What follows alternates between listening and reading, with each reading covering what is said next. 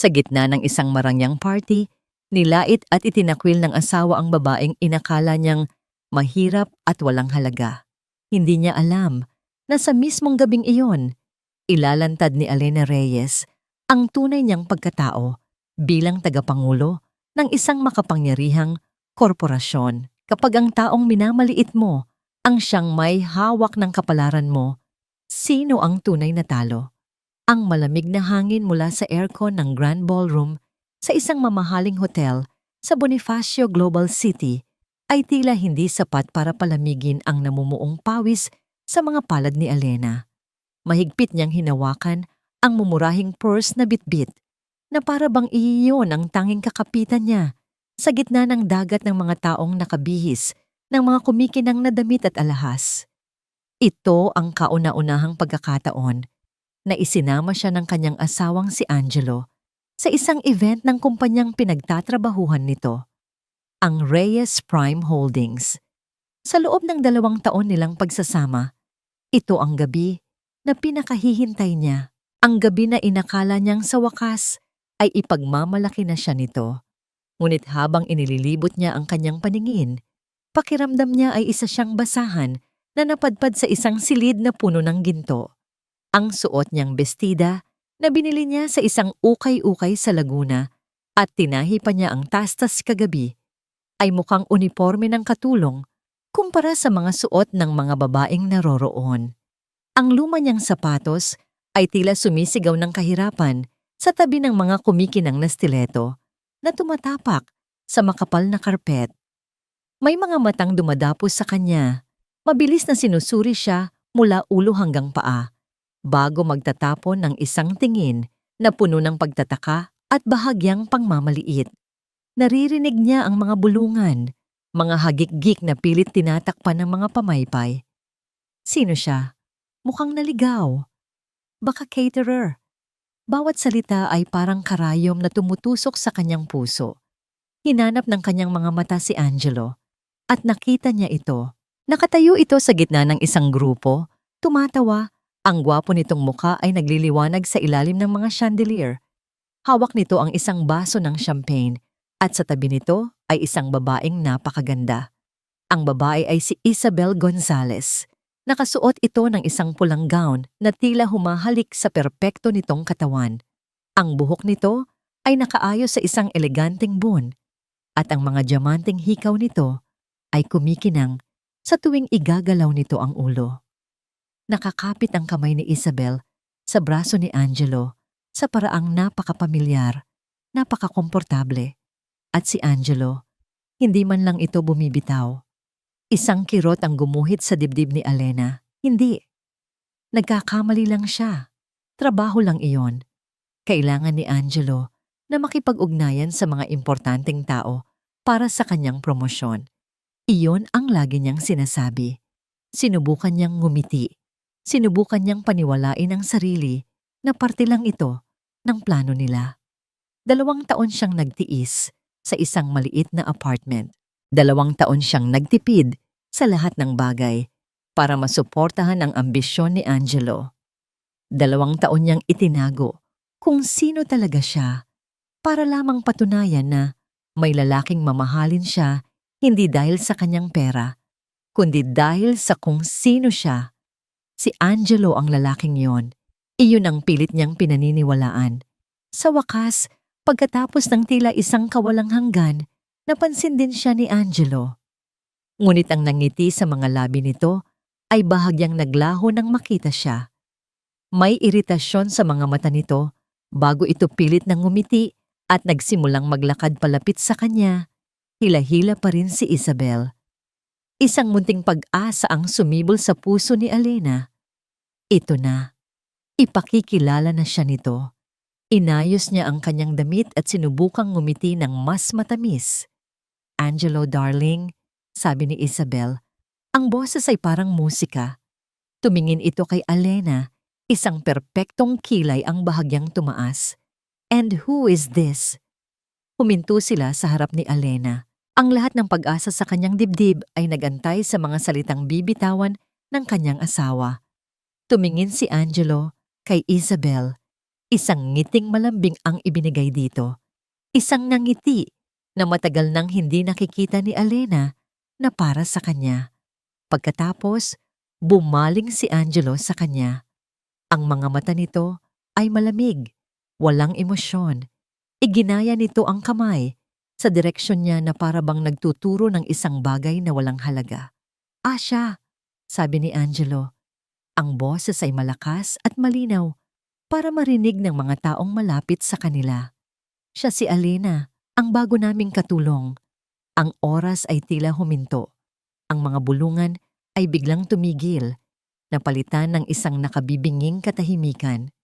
Ang mga tingin na kanina'y puno ng pagtataka ay napalitan ngayon ng awa at panuna. Naramdaman ni Alena na ang lahat ng dugo sa kanyang katawan ay umakyat sa kanyang mukha at kasabay niyon ay ang pakiramdam na unti-unting dinudurog ang kanyang puso sa maliliit na piraso. Katulong. Ang salitang iyon ay umalingaw-ngaw sa kanyang isipan, paulit-ulit na parang isang sirang plaka.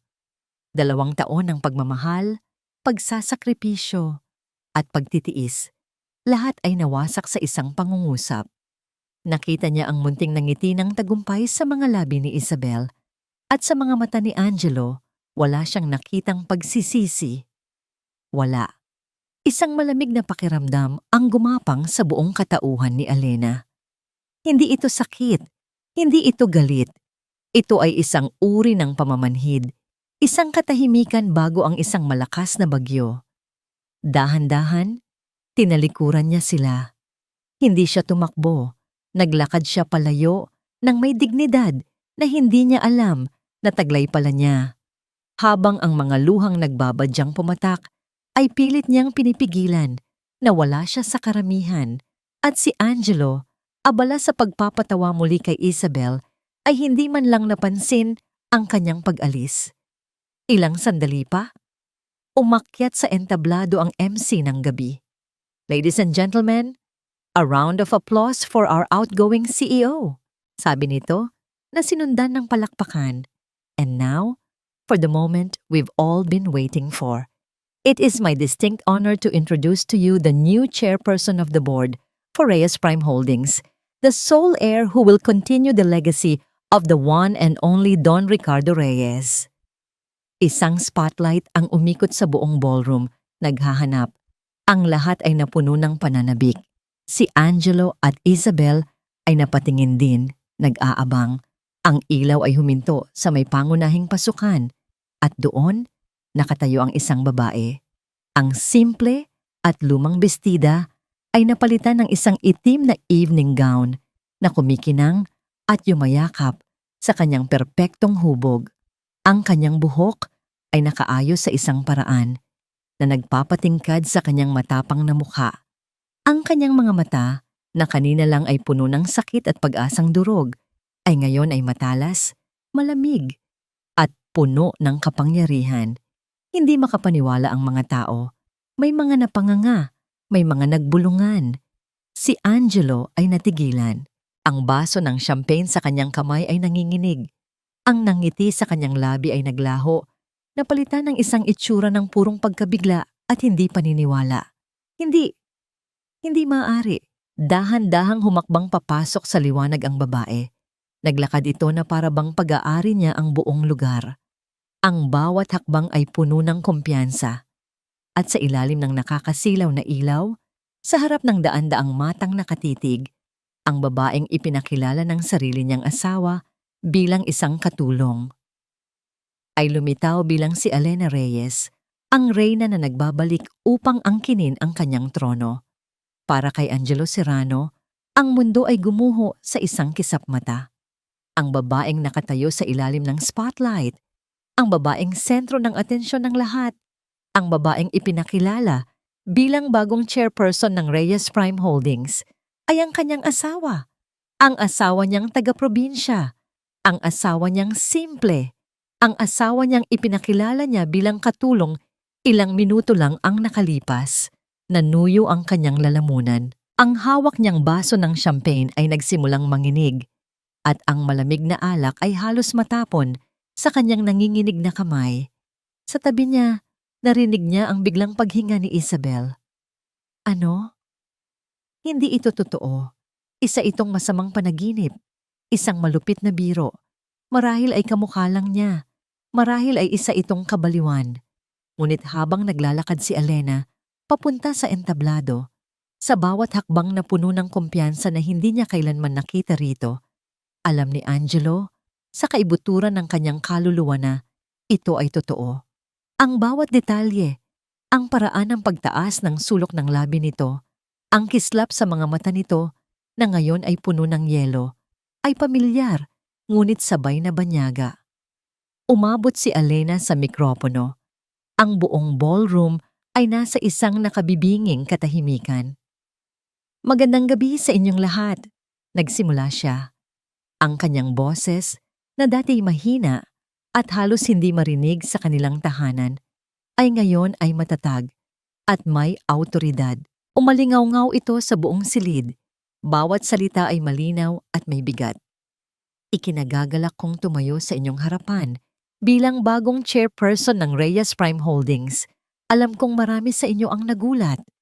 Isang bahagyang ngiti ang sumilay sa kanyang labi. Isang ngiting hindi umabot sa kanyang mga mata. Ngunit nais kong ipaalam sa inyo na ang pundasyon na itinayo ng aking ama, si Don Ricardo Reyes, ay mananatiling matatag.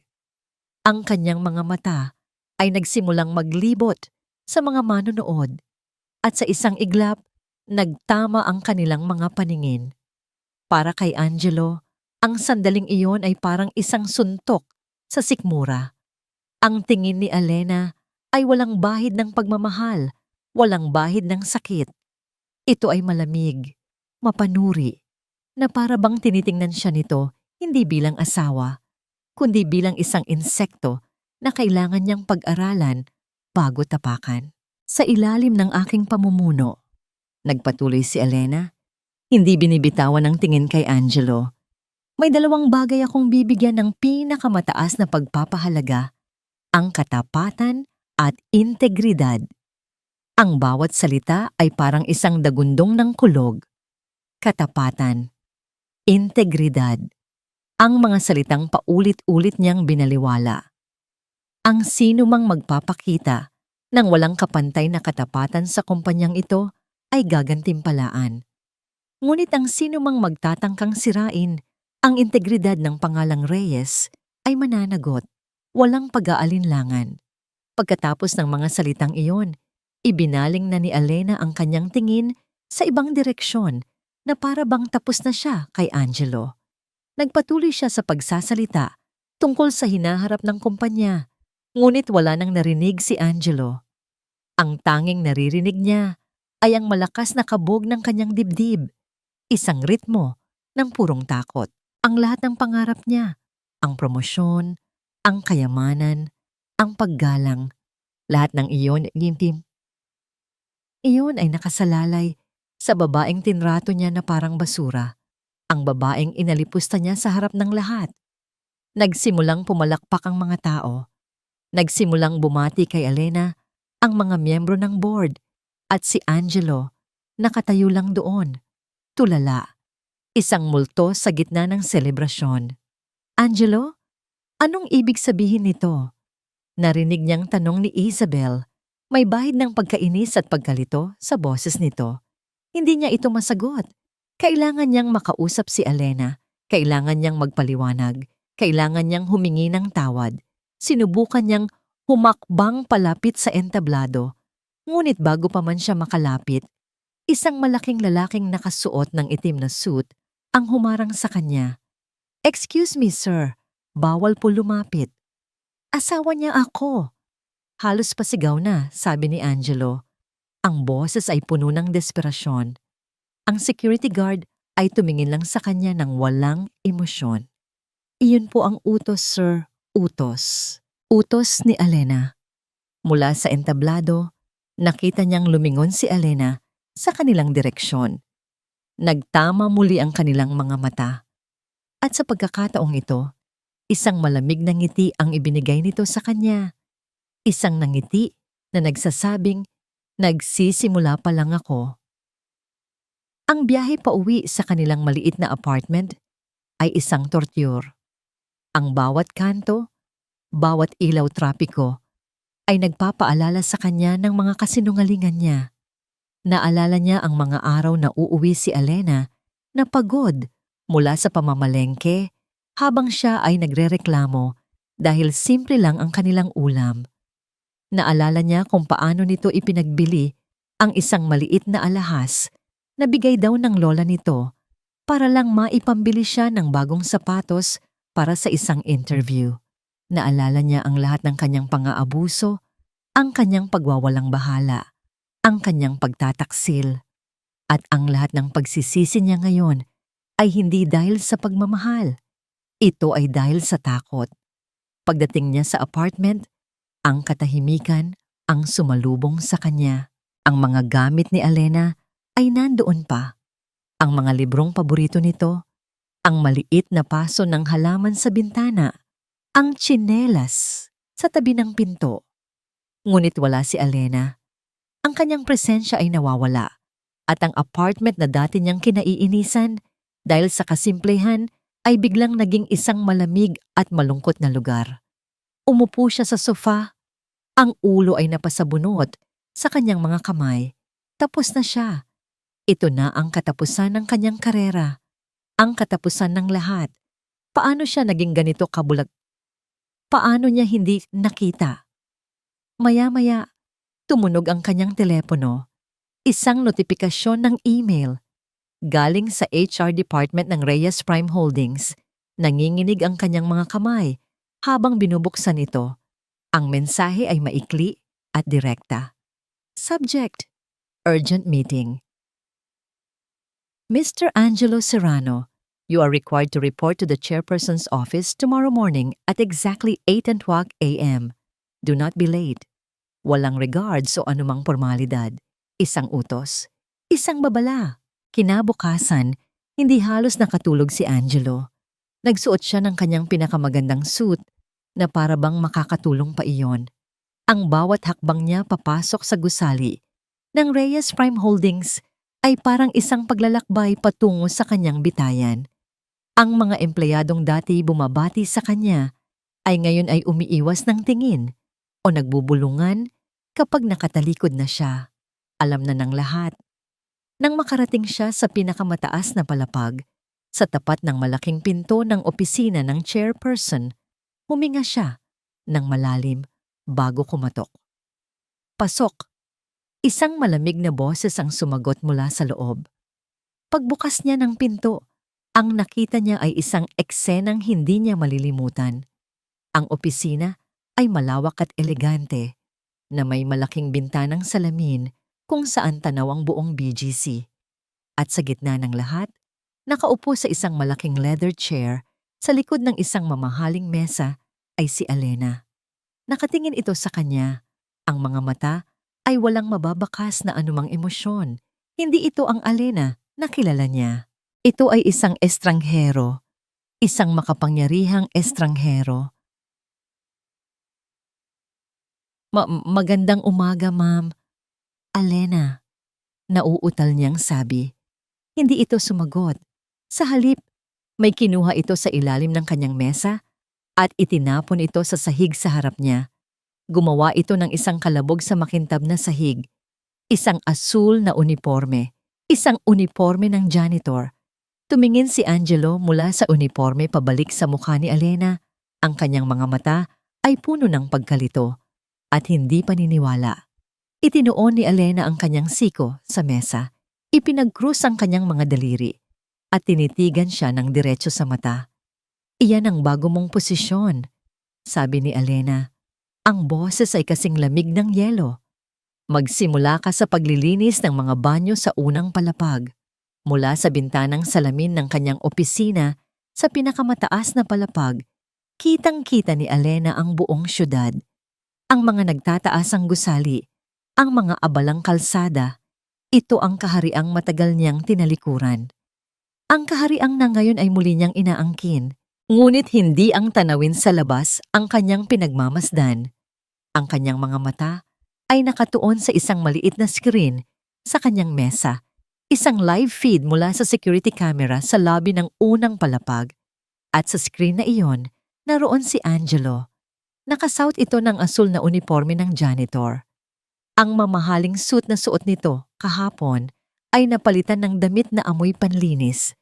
Ang dati mayabang na tindig nito ay ngayon ay hukot habang hawak ang isang mop. Nililinis niya ang sahig.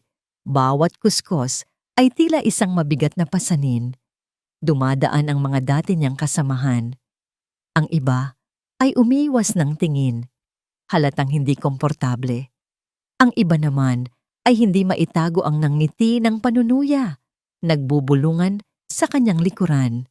Bawat bulong, bawat tingin ay nakikita at naririnig ni Elena sa pamamagitan ng teknolohiya. Naramdaman niya ang bawat onsa ng kahihiyang nilulunok ni Angelo. Wala siyang naramdamang awa, wala ring galak. Ang tanging naramdaman niya ay isang malamig na pakiramdam ng katarungan. Ito ang nararapat sa kanya. Ito ang kabayaran sa bawat luhang pumatak mula sa kanyang mga mata, sa bawat gabing natulog siyang yakap ang unan dahil sa lamig ng pagwawalang bahala nito.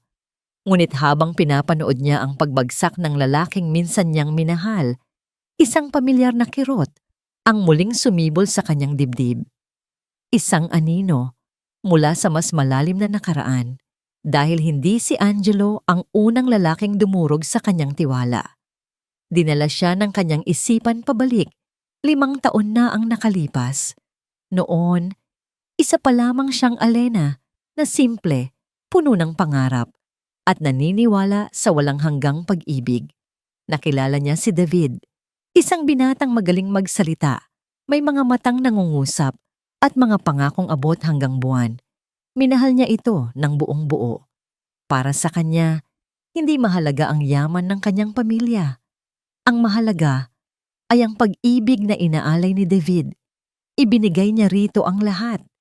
Hindi lang ang kanyang puso, kundi maging ang kanyang tiwala. Binigyan niya ito ng access sa isang trust fund na inilalaan para sa kanya, sa paniniwalang gagamitin nito iyon para sa kanilang kinabukasan, para sa isang maliit na negosyong nais daw nitong itayo.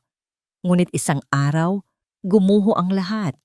Naabutan niya itong may kasamang ibang babae. At nang komprontahin niya ito, isang tawang mapait ang isinagot nito sa kanya. "Nagpapaloko ka naman, Elena." Sabi ni David, ang bawat salita ay punyal na sumasaksak sa kanyang puso. "Talaga bang inakala mong mamahalin ko ang isang tulad mo kung hindi dahil sa pera mo? Bayad na ang lahat ng utang ko sa kasino. Salamat sa'yo." Ang mga salitang yon ang dumurog sa kanya. Ang pagtataksil ay masakit, ngunit ang katotohanang ginamit lang siya na ang buong pagkatao niya ay binaliwala para sa pera. Iyon ang sugat na hindi kailanman naghilom. Mula sa araw na yon, isinumpa niya. Hindi na siya muling magpapakatanga. Hindi na siya muling magtitiwala sa isang lalaking ang tinitingnan lang ay ang kinang ng kanyang pangalan. Kaya naman, isinilang ang planong magtago sa likod ng isang simpleng pagkatao. Nagtungo siya sa Laguna, namuhay bilang isang ordinaryong babae, sa pag-asang doon niya matatatagpuan ang isang pag-ibig na tunay, isang pag-ibig na para sa kanya, at hindi para sa Reyes na apelyido niya.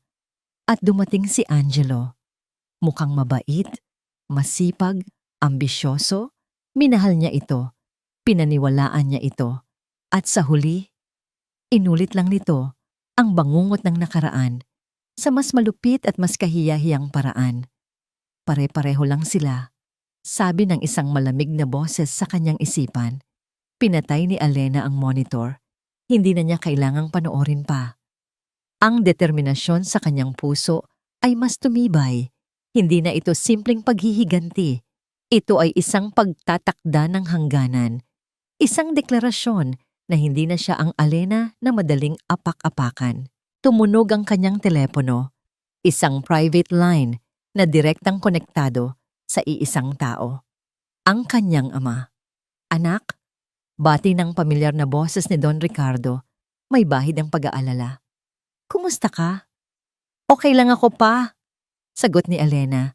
Ang boses ay agad na lumambot. Sa harap ng buong mundo, siya ang makapangyarihang chairperson. Ngunit sa kanyang ama, siya pa rin ang kanyang munting prinsesa. Sigurado ka? Nakarating sa akin ang ginawa mo kay Angelo. Elena, hindi ko tinututulan ang gusto mong gawin. Alam kong nasaktan ka niya. Pero mag-iingat ka. Ang paghihiganti ay parang apoy anak. Baka sa huli, ikaw din ang masunog. Huminga ng malalim si Elena. Hindi ito basta paghihiganti lang pa. Ito ay pagtuturo ng leksyon para sa kanya at para sa lahat ng taong huhusgahan. Ang iba, base sa panlabas na anyo. Panahon na para matutunan nilang lahat na ang paggalang ay hindi binibili. Ito ay ibinibigay sa lahat, mayaman man o mahirap.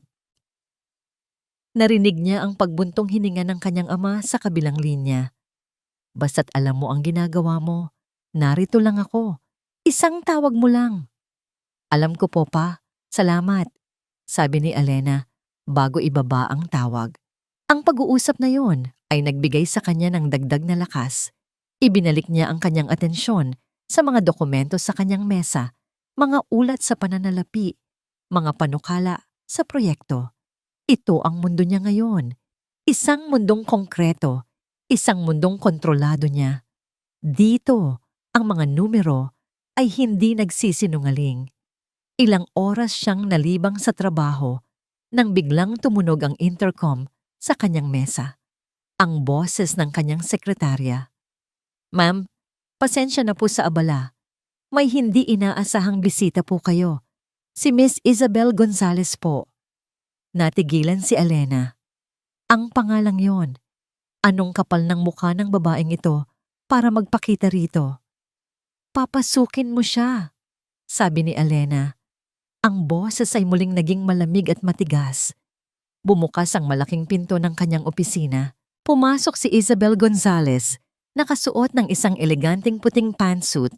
Ang tindig ay puno ng kumpiyansa na para bang isa siyang importanteng bisita at hindi ang babaeng kasama ng asawa niya sa gabi ng kanyang kahihiyan. Isang matamis ngunit peking na pamangiti ang nakapaskil sa mga labi ni Isabel. Chairperson Reyes, bati nito, ang boses ay malambing. Sana ay hindi ako nakakaabala. Hindi sumagot si Elena. Tinitigan niya lang ito, naghihintay.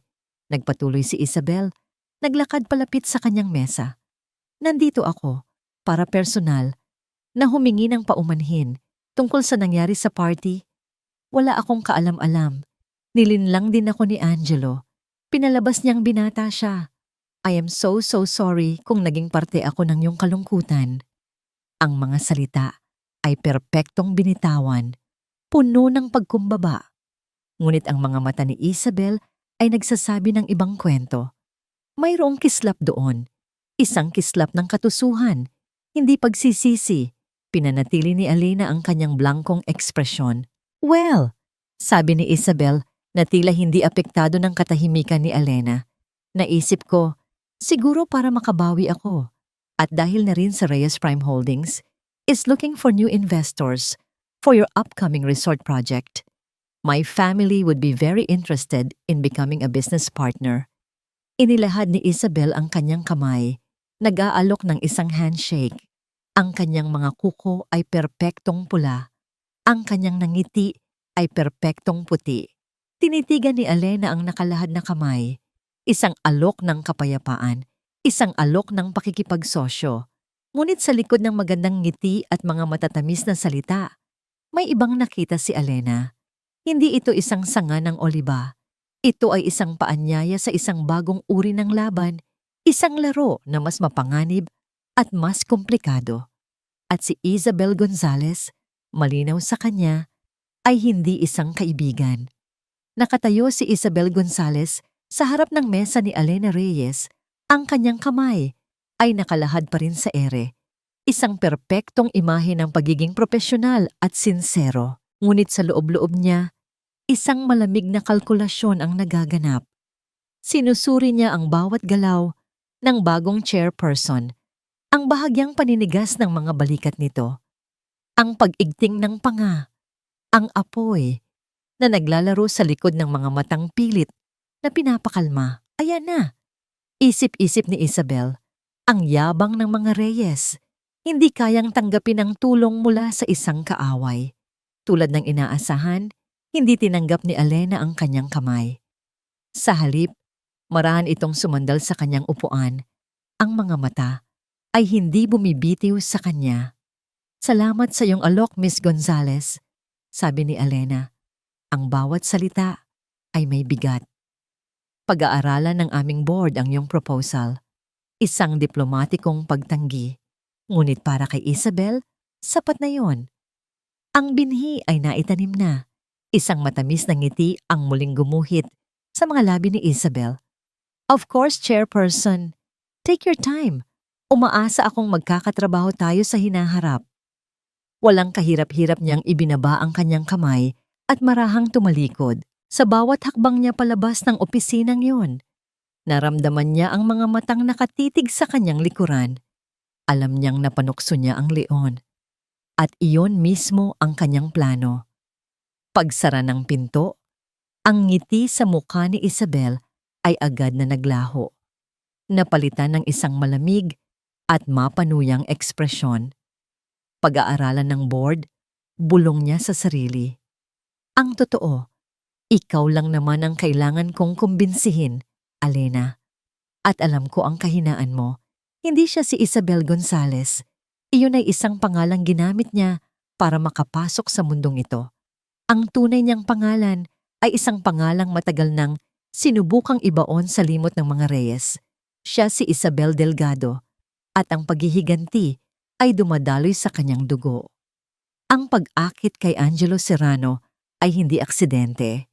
Ito ang unang hakbang. Alam na niya kung sino si Alena bago pa man ito pakasalan ni Angelo. Pinanood niya mula sa malayo kung paano isinagawa ng tagapagmana ng mga Reyes ang kanyang munting eksperimento sa pag-ibig. Isang kahangalan. At si Angelo ang perpektong kasangkapan. Isang lalaking sakim, mayabang, at madaling mabulag ng ambisyon. Napakadali nitong paikutin. Pagdating niya sa basement parking, sumakay siya sa kanyang mamahaling kotse, pero hindi niya ito agad pinaandar. Kinuha niya ang kanyang telepono at nagdial ng isang numero. Isang ring lang, sumagot agad. Nasaan ka na? Malamig niyang tanong. Dito sa parking lot ng kabilang building, sagot ng nanginginig na boses sa kabilang linya. Si Angelo. Manatili ka dyan. Papunta na ako. Ilang minuto lang, ipinarada ni Isabel ang kanyang sasakyan sa isang madilim na sulok ng basement sa tabi ng isang luma at gasgas na kotse, ang kotse ni Angelo. Bumaba siya, ang tunog ng kanyang mga stiletto ay umalingaw-ngaw sa katahimikan. Nakita niya si Angelo na nakasandal sa pader. Nakasuot pa rin ng uniforme ng janitor. Ang mukha ay gusot sa pag-aalala at kahihiyan. Nang makita siya nito, agad itong lumapit. Isabel, anong nangyayari? Bakit ka nakipagkita sa kanya? Anong plano mo? Sunod-sunod nitong tanong. Ang boses ay puno ng desperasyon. Isang tawang walang kagalakan ang kumawala sa mga labi ni Isabel. Tiningnan niya si Angelo mula ulo hanggang paa. Bagay sa'yo ang kulay asul, Angelo. Mukha kang mas masipag. Isang galit na pula ang gumuhit sa mukha ni Angelo. Huwag mo akong niloloko. Sinisira mo ang buhay ko. Talaga? Humakbang si Isabel palapit. Ang mukha niya ay ilang pulgada na lang mula sa mukha ni Angelo. Ang kanyang boses ay naging isang mapanganib na bulong. Ako ba ang sumira sa buhay mo? O ang sarili mong katangahan? Sino ang nagpakilala sa sarili niyang asawa bilang katulong? Sino ang naging asong sunod-sunuran sa akin kapalit ng isang pangako ng promosyon? Huwag mong ipasa sa akin ang responsibilidad para sa iyong mga pagkakamali. Natameme si Angelo. Ang bawat salita ni Isabel ay tumama sa kanya na parang sampal. Pero maaari kitang tulungan. Pagpapatuloy ni Isabel, bahagyang lumayo at muling naging kalmado. Maari kong ibalik sa'yo ang lahat ng nawala sa'yo, higit pa. Pero kailangan mong gawin ang lahat ng sasabihin ko.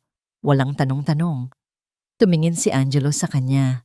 Ang mga mata ay puno ng pagdududa at pag-asa. Anong gagawin ko?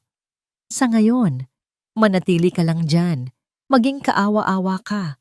Hayaan mong isipin ni Alena na kontrolado niya ang lahat, sabi ni Isabel. Pero kailangan ko ng mga mata at tainga sa loob. Kailangan kong malaman ang bawat galaw niya, bawat plano, at ikaw ang magiging espiya ko. Bumagsak ang mga balikat ni Angelo mula sa isang ambisyosong manager, naging janitor, at ngayon, isang espiya. Wala na siyang pagpipilian. Tumango siya ng dahan-dahan, isang tango ng pagsuko. Good boy, sabi ni Isabel. Tinapik ang pisngi nito na para bang isa itong alagang aso. Bago tumalikod at bumalik sa kanyang kotse, iniwan si Angelo na mag-isa sa dilim. Habang papalayo ang kanyang sasakyan, kinuha muli ni Isabel ang kanyang telepono at tinawagan ang isa pang numero, isang numero na mas importante. Itay, sabi niya pagsagot sa tawag. Kumusta? Sagot ng isang malalim at may edad na boses. Nakapasok na ako. Ulat ni Isabel, isang ngiti ng tagumpay ang sumilay sa kanyang mga labi. Kinausap ko na siya. Mahina siya gaya ng inaasahan. Puno ng emosyon na nagpapanggap na matapang pero sa loob ay duwag pa rin. Isang emosyonal na batang babae na naglalaro ng dress-up sa opisina ng kanyang ama. Narinig niya ang pagtawa sa kabilang linya. Magaling anak, magaling. Ang matandang Reyes ay wala na sa laro. Si Alena lang ang kailangan nating pabagsakin. At kapag bumagsak na siya, sabi ni Isabel, ang kanyang mga mata ay nag-aapoy sa isang apoy na matagal nang kinikimkim. Ibabalik natin sa kanila ang lahat. Doble. Pagkababa niya ng tawag, isang pakiramdam ng kapangyarihan ang bumalot sa kanya. Ito na, ang larong matagal na nilang plinano ay nagsisimula na. At sa larong ito ng mga daga at pusa, sigurado siyang hindi siya ang magiging daga.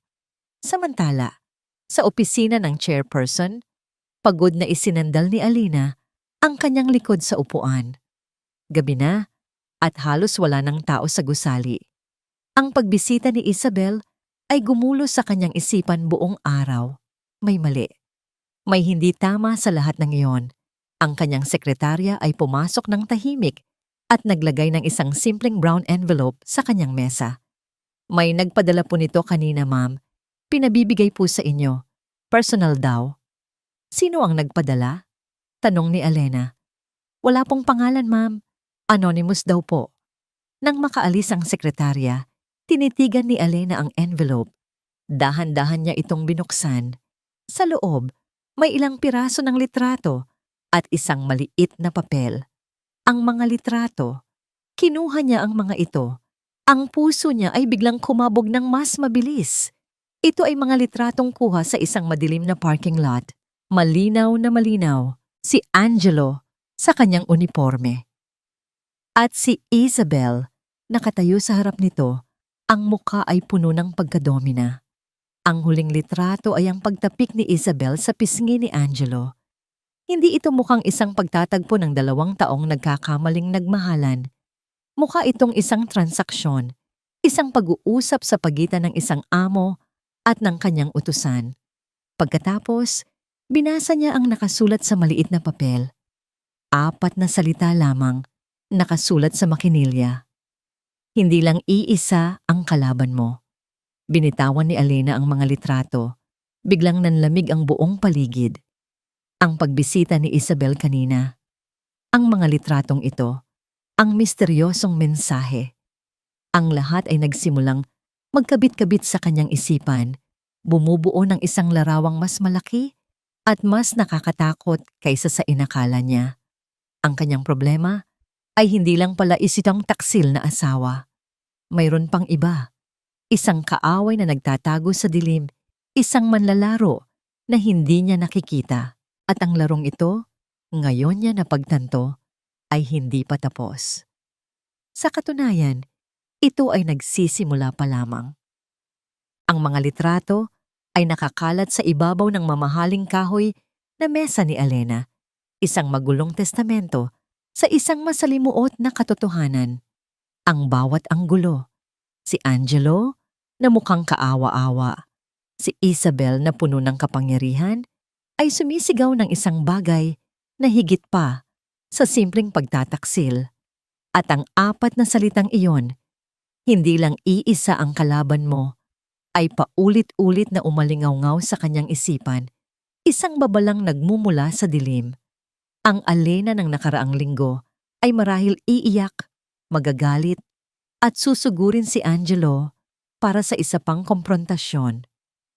Ngunit ang Alena na nakaupo sa silya ng chairperson, ang Alena na natuto mula sa dalawang sunod-sunod na pagtataksil, ay iba na. Ang emosyon ay isang luho na hindi niya kayang bayaran sa ngayon. Ang kailangan niya ay impormasyon. Ang kailangan niya ay katotohanan. Hindi siya maaring magtiwala sa kahit sino sa loob ng kumpanya. Bawat isa ay maaaring espiya. Bawat ngiti ay maaaring isang pagkukunwari.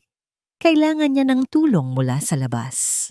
Mula sa isang taong mapagkakatiwalaan, isang taong ang katapatan ay nasa kanyang ama, hindi sa posisyon niya. May isang pangalan na pumasok sa kanyang isipan, isang pangalang matagal na niyang hindi naririnig.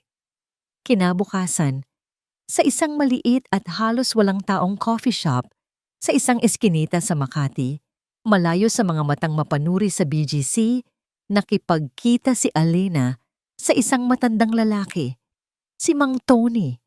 Dati siyang hepe ng security ng kanyang ama. Ngayon ay isa ng private investigator. Ang kanyang mukha ay kulubot na dala ng panahon. Ngunit ang kanyang mga mata ay matalas pa rin. Ma'am Alena, bati ni Mang Tony, puno ng paggalang. Ikinagagalak ko kayong makitang muli, kahit na sa ganitong pagkakataon. Walang paligoy-ligoy si Alena. Inilabas niya ang isang kopya ng mga litrato at ang business proposal na iniwan ni Isabel. Kailangan kong malaman ang lahat tungkol sa babaeng ito. Sabi niya, itinuturo ang mukha ni Isabel sa litrato. Isabel Gonzales. Iyan ang pangalang ginamit niya. Alamin mo ang lahat. Ang pamilya niya, ang kanyang nakaraan, ang tunay niyang intensyon. Bawat detalye, Mang Tony, gaano man kaliit. Tiningnan ni Mang Tony ang mga litrato. Ang kanyang mga kilay ay nagsalubong.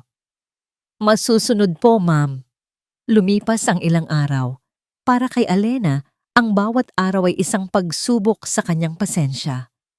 Sa umaga, siya ang chairperson, nagpupulong, nag-aaral ng mga ulat, at gumagawa ng mga desisyon.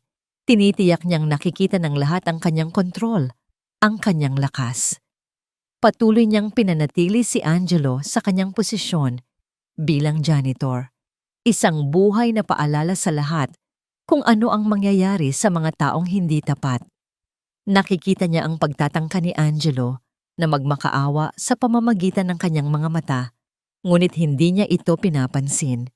Para sa kanya ngayon, si Angelo ay hindi na ang lalaking minahal niya. Isa na lamang siyang piyesa sa isang larong hindi niya pa lubusang naiintindihan. Sa gabi, pag-uwi niya sa isang bagong condo unit na malapit sa opisina, dahil hindi na niya masikmura pang tumapak sa apartment na pinagsaluhan nila ni Angelo, ang lahat ng kanyang pagkukunwari ay nawawala. Siya ay nag-iisa, napapaligiran ng katahimikan, binabagabag ng mga tanong na walang kasagutan. Sa wakas, pagkatapos ng halos isang linggong paghihintay, tumawag si Mang Tony. May nalaman na po ako, ma'am. Kailangan ninyong makita ito. Muli silang nagkita sa parehong coffee shop. Ngunit ngayon, may dalang isang makapal na folder si Mang Tony. Pagkaupo nila, walang imik niya itong binuksan at inilatag ang mga dokumento sa mesa. Ang unang papel ay isang birth certificate o mas tamang sabihing isang sertipikasyon mula sa National Statistics Office na nagsasabing walang sinumang Isabel Gonzales na may ganoong kaarawan at mga magulang ang nakarehistro sa kanilang database. Walang Isabel Gonzales, sabi ni Mang Tony sa mahinang boses. Ang puso ni Alina ay nagsimulang kumabog. Kung hindi iyon ang pangalan niya, sino siya? Inilabas ni Mang Tony ang pangalawang dokumento. Isang tunay na birth certificate. Ang pangalan, Isabel Delgado. Ang apelyidong Delgado ay nagbigay ng kakaibang kilabot kay Alena. Pamilyar ito. Isang pangalang narinig niya sa mga kwento ng kanyang ama noong bata pa siya. Mga kwentong tungkol sa mga laban sa mundo ng korporasyon. Pagkatapos, inilabas ni Mang Tony ang isang lumang clipping mula sa isang business newspaper. Mahigit 15 taon na ang nakalipas. Ang headline, Delgado Shipping Lines, bagsak matapos ang bigong hostile takeover sa Reyes Corp. Biglang luminaw ang lahat. Ang Delgado, sila ang mortal na kaaway ng kanyang ama sa negosyo. Isang pamilyang mayaman at makapangyarihan noon, ngunit nawala ang lahat. Nang subukan nilang agawin ang Reyes Corporation at sila ang natalo sa huli. Ang huling inilabas ni Mang Tony ang pinakamatindi sa lahat. Isang kupas na litrato. Isang formal na event katulad ng sa kanila. Sa isang panig ay nakatayo ang kanyang ama, si Don Ricardo Reyes, mas bata pa, nakangiti ng tagumpay. Sa kabilang panig, isang lalaking may mapait na mukha. Ang mga mata ay nag-aapoy sa galit at kahihiyan, si Mr. Enrique Delgado. At sa tabi nito, nakakapit sa braso ng kanyang ama, ay isang batang babae, marahil ay nasa high school pa lang. Ang kanyang buhok ay nakatali, ngunit ang kanyang mukha, ang kanyang mga mata na puno ng determinasyon at hindi maitatagong galit. Walang duda, ito si Isabel, o mas tamang sabihin, si Isabel. Para kay Alena, ang pagtuklas na yon ay parang isang pagsabog. Ang lahat ng piraso ng palaisipan ay biglang nagkabit-kabit sa isang nakakakilabot na larawan. Hindi ito isang simpleng kwento ng babaeng mga agaw. Hindi ito tungkol sa pagnanasa o pag-ibig. Ang paglapit ni Isabel kay Angelo ay hindi nagkataon. Ang pagpapakita niya sa party ay planado. Ang alok niyang maging business partner ay hindi isang alok ng kapayapaan. Isa itong Trojan horse. Isang paraan para makapasok sa loob ng mga pader ng kanyang kaharian para sirain ito mula sa loob. Ang buong relasyon ni Angelo at Isabel ay isang malaking kasinungalingan, isang sandata na itinutok sa kanya at sa kanyang pamilya. At si Angelo, hindi lang siya isang taksil na asawa. Siya ay isang traidor, isang kasabwat sa isang mas malaking sabwatan na naglalayong pabagsakin ang lahat ng pinaghirapan ng kanyang ama. Isang matinding galit, mas malamig at mas malalim kaysa sa naramdaman niya dati, ang gumapang sa kanyang buong sistema. Ang sakit ng personal na pagtataksil ay napalitan ng bigat ng isang panganib na nakatuon sa kanyang buong pamilya. Ito ay isang digmaan at hindi niya namalayan na nagsimula na pala ito. Tinipon ni Alena ang mga dokumento at ibinalik sa folder. Ang kanyang mga kamay ay hindi na nanginginig. Ang kanyang isipan ay hindi na magulo. Ang pagkabigla ay napalitan ng isang nakakakilabot na kalinawan. Salamat, Mang Tony. Malaki ang naitulong mo. Sabi niya. Ang boses ay kalmado ngunit may nakatagong bagsik. Bumalik siya sa kanyang opisina. Ang folder ay mahigpit na hawak. Hindi na siya ang biktima. Ngayong alam na niya ang laro, hindi na siya maglalaro bilang depensa. Panahon na para siya naman ang umatake. Ngunit bago yon, kailangan niyang malaman kung gaano kalalim ang pagkakasangkot ni Angelo. Umupo siya sa kanyang silya, tinitigan ang telepono sa kanyang mesa. Huminga siya ng malalim, pinakalma ang kanyang sarili.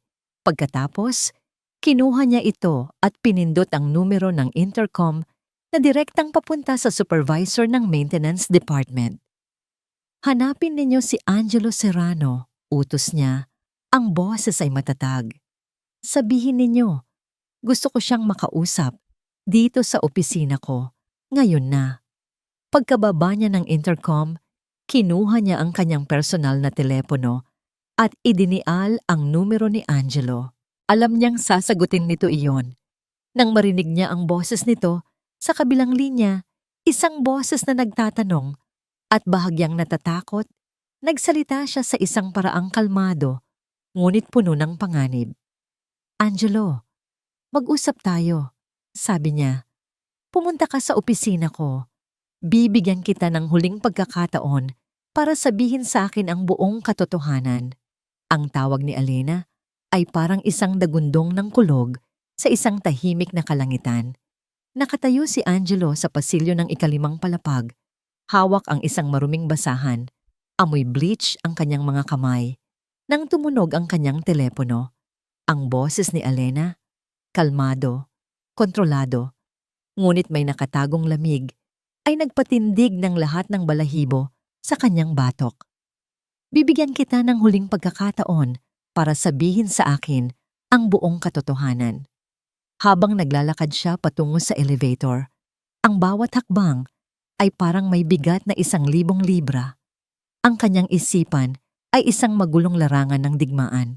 2 landas ang nakalatag sa kanyang harapan, parehong napapaligiran ng panganib. Sa isang banda, nariyan si Alena, ang kanyang asawa, ang babaeng minahal niya, kahit sa paraang makasarili. Marahil may natitira pa itong pagtingin sa kanya. Kung aaminin niya ang lahat, ang tungkol kay Isabel Delgado, ang plano nito, ang paggamit nito sa kanya, baka patawarin siya ni Alena. Baka maawa ito. Maari siyang maging biktima sa kwentong ito, isang taong nalinlang din. Ito ang landas ng posibleng kapatawaran, ngunit isa ring malaking sugal. Paano kung hindi siya patawarin nito? Paano kung ipinakulong siya nito dahil sa pakikipagsabwatan? Sa kabilang banda, nariyan si Isabel, ang demonyong nangako sa kanya ng langit. Mapanganib si Isabel, tuso, at makapangyarihan sa sarili nitong paraan. Alam niyang may mga hawak itong alas laban sa kanya. Naalala niya ang mga maliliit na katiwaliang ginawa niya sa kumpanya bago pa man dumating si Alena, mga pinadoktor na resibo para sa travel expenses, mga maliliit na kickback mula sa mga supplier. Hindi iyon alam ni Alena, pero sigurado siyang alam iyon ni Isabel. Isang salita lang mula kay Isabel at hindi lang ang kanyang karera ang masisira, kundi pati ang kanyang kalayaan. Ngunit nangako rin ito. Nangako itong ibabalik ang lahat sa kanya. Nasa loob na siya ng elevator, pinapanood ang pagtaas ng mga numero na para bang binibilang nito ang mga huling segundo ng kanyang buhay. Nasa pagitan siya ng 2 apoy. Ang isang apoy ay maaaring magbigay ng init ng kapatawaran. Ang isa naman ay nangangako ng kapangyarihan, ngunit anumang oras ay maaaring tupukin siya ng buo. Ding! Bumukas ang pinto ng elevator sa palapag ng mga ehekutibo. Bago pa man siya makahakbang palabas, nag-vibrate ang kanyang telepono sa loob ng kanyang bulsa. Isang text message mula kay Isabel. Nanginginig niyang binasa ito. Nakarating sa akin na ipinatawag ka niya. Huwag kang maging tanga, Angelo. Ang kinabukasan mo ay nasa akin. Sumunod ka sa plano at gagawin kitang hari. Traidorin mo ako at sisiguraduhin kong hindi ka na makakakita ng sikat ng araw. Tandaan mo ang deal natin. Ang mensaheng iyon ang nagtulak sa kanya sa bingit.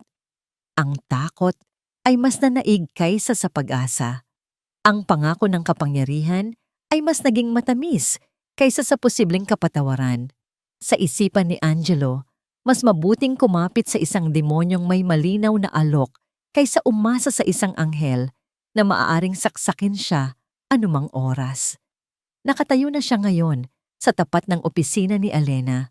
Huminga siya ng malalim, pinilit na ayusin ang gusot na uniforme, at pinahid ang pawis sa kanyang noo. Isinuot niya ang maskara ng isang nagsisisi at nalilitong biktima. Kumatok siya. "Pasok!" sabi ng boses sa loob. Pagpasok niya, nakaupo si Alena sa kanyang mesa. Ang muka ay seryoso. Ang folder na dala ni Mang Tony kanina ay nakasara sa isang tabi. Tumingin ito sa kanya. Ang mga mata ay mapanuri na para bang kaya nitong basahin ang bawat madilim na sikreto sa kanyang kaluluwa. Umupo ka, Angelo, sabi nito. Ang boses ay walang emosyon. Umupo siya sa silyang nasa harap ng mesa. Pakiramdam niya ay isa siyang kriminal na iimbestigahan. Alam ko na hindi Gonzales ang tunay na apelyido ni Isabel, panimula ni Alena, at agad na nanlamig ang buong katawan ni Angelo. Alam kong may iba siyang motibo. Ang tanong ko sa iyo, Angelo, ay ito. Gaano kalaki ang alam mo at gaano kakasangkot? Ito na ang huli mong pagkakataon. Sabihin mo sa akin ang totoo at isa sa alang-alang ko ang lahat. Ito na, ang sandali ng katotohanan. Ngunit ang mga salita ni Isabel ay umuukil-kil sa kanyang isipan. Gagawin kitang hari. Huminga siya ng malalim at nagsimulang umarte. Ang kanyang mga mata ay nagkunwaring puno ng luha. Alena, patawarin mo ako. Nalinlang niya ako. Oo, nalaman kong may iba siyang intensyon, pero huli na ang lahat. Tinakot niya ako. Tumingin si Alena sa kanya. Walang kaimik-imik. Naghihintay. Ginamit niya ako. Pagpapatuloy ni Angelo, ang boses ay nanginginig. Sinabi niyang tutulungan niya akong umasenso, pero ang totoo, gusto niya lang makalapit sa kumpanya.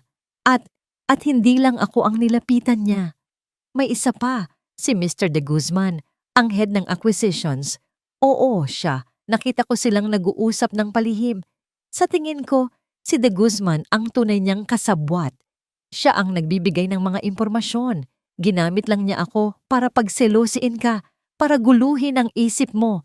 Maniwala ka sa akin, Alena. Biktima lang din ako. Itinuro niya ang isang inosenteng tao. Itinapon niya ito sa ilalim ng bus para lang iligtas ang kanyang sarili. Itinaas niya ang kanyang mga mata, umaasang makakita ng kahit kaunting awa sa mukha ni Alena. Ngunit ang nakita niya ay wala. Isang blangkong pader. Pagkatapos ng ilang segundong katahimikan na tila isang kawalang hanggan, marahan itong tumango. Naiintindihan ko, sabi lang nito. Maari ka nang umalis. Iyon lang? Nagtagumpay ba siya? Hindi makapaniwala si Angelo. Marahil ay naniwala ito sa kanya.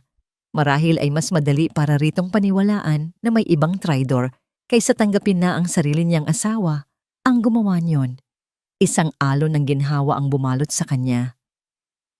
Tumayo siya. Salamat, Alina. Salamat sa pag-unawa mo. Nagmamadali siyang lumabas ng opisina.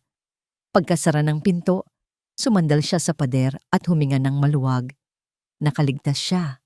Kinagabihan, lihim siyang nakipagkita kay Isabel sa isang abandonadong bodega sa labas ng syudad. Ano ing sinabi mo sa kanya? Bungad agad ni Isabel. Ipinagmalaki ni Angelo ang kanyang ginawa. Sinabi ko sa kanya na si De Guzman ang kasabwat mo. Naniwala siya. Ang tanga talaga noon. Isang dahan-dahang nangiti ang sumilay sa mga labi ni Isabel. Magaling. Napakagaling, Angelo. Lumapit ito at may inabot na isang sobre. Iyan ang bayad para sa iyong katapatan. Binuksan ito ni Angelo. Isang malaking halaga ng cash. Ang kanyang mga mata ay nagningning sa kasakiman.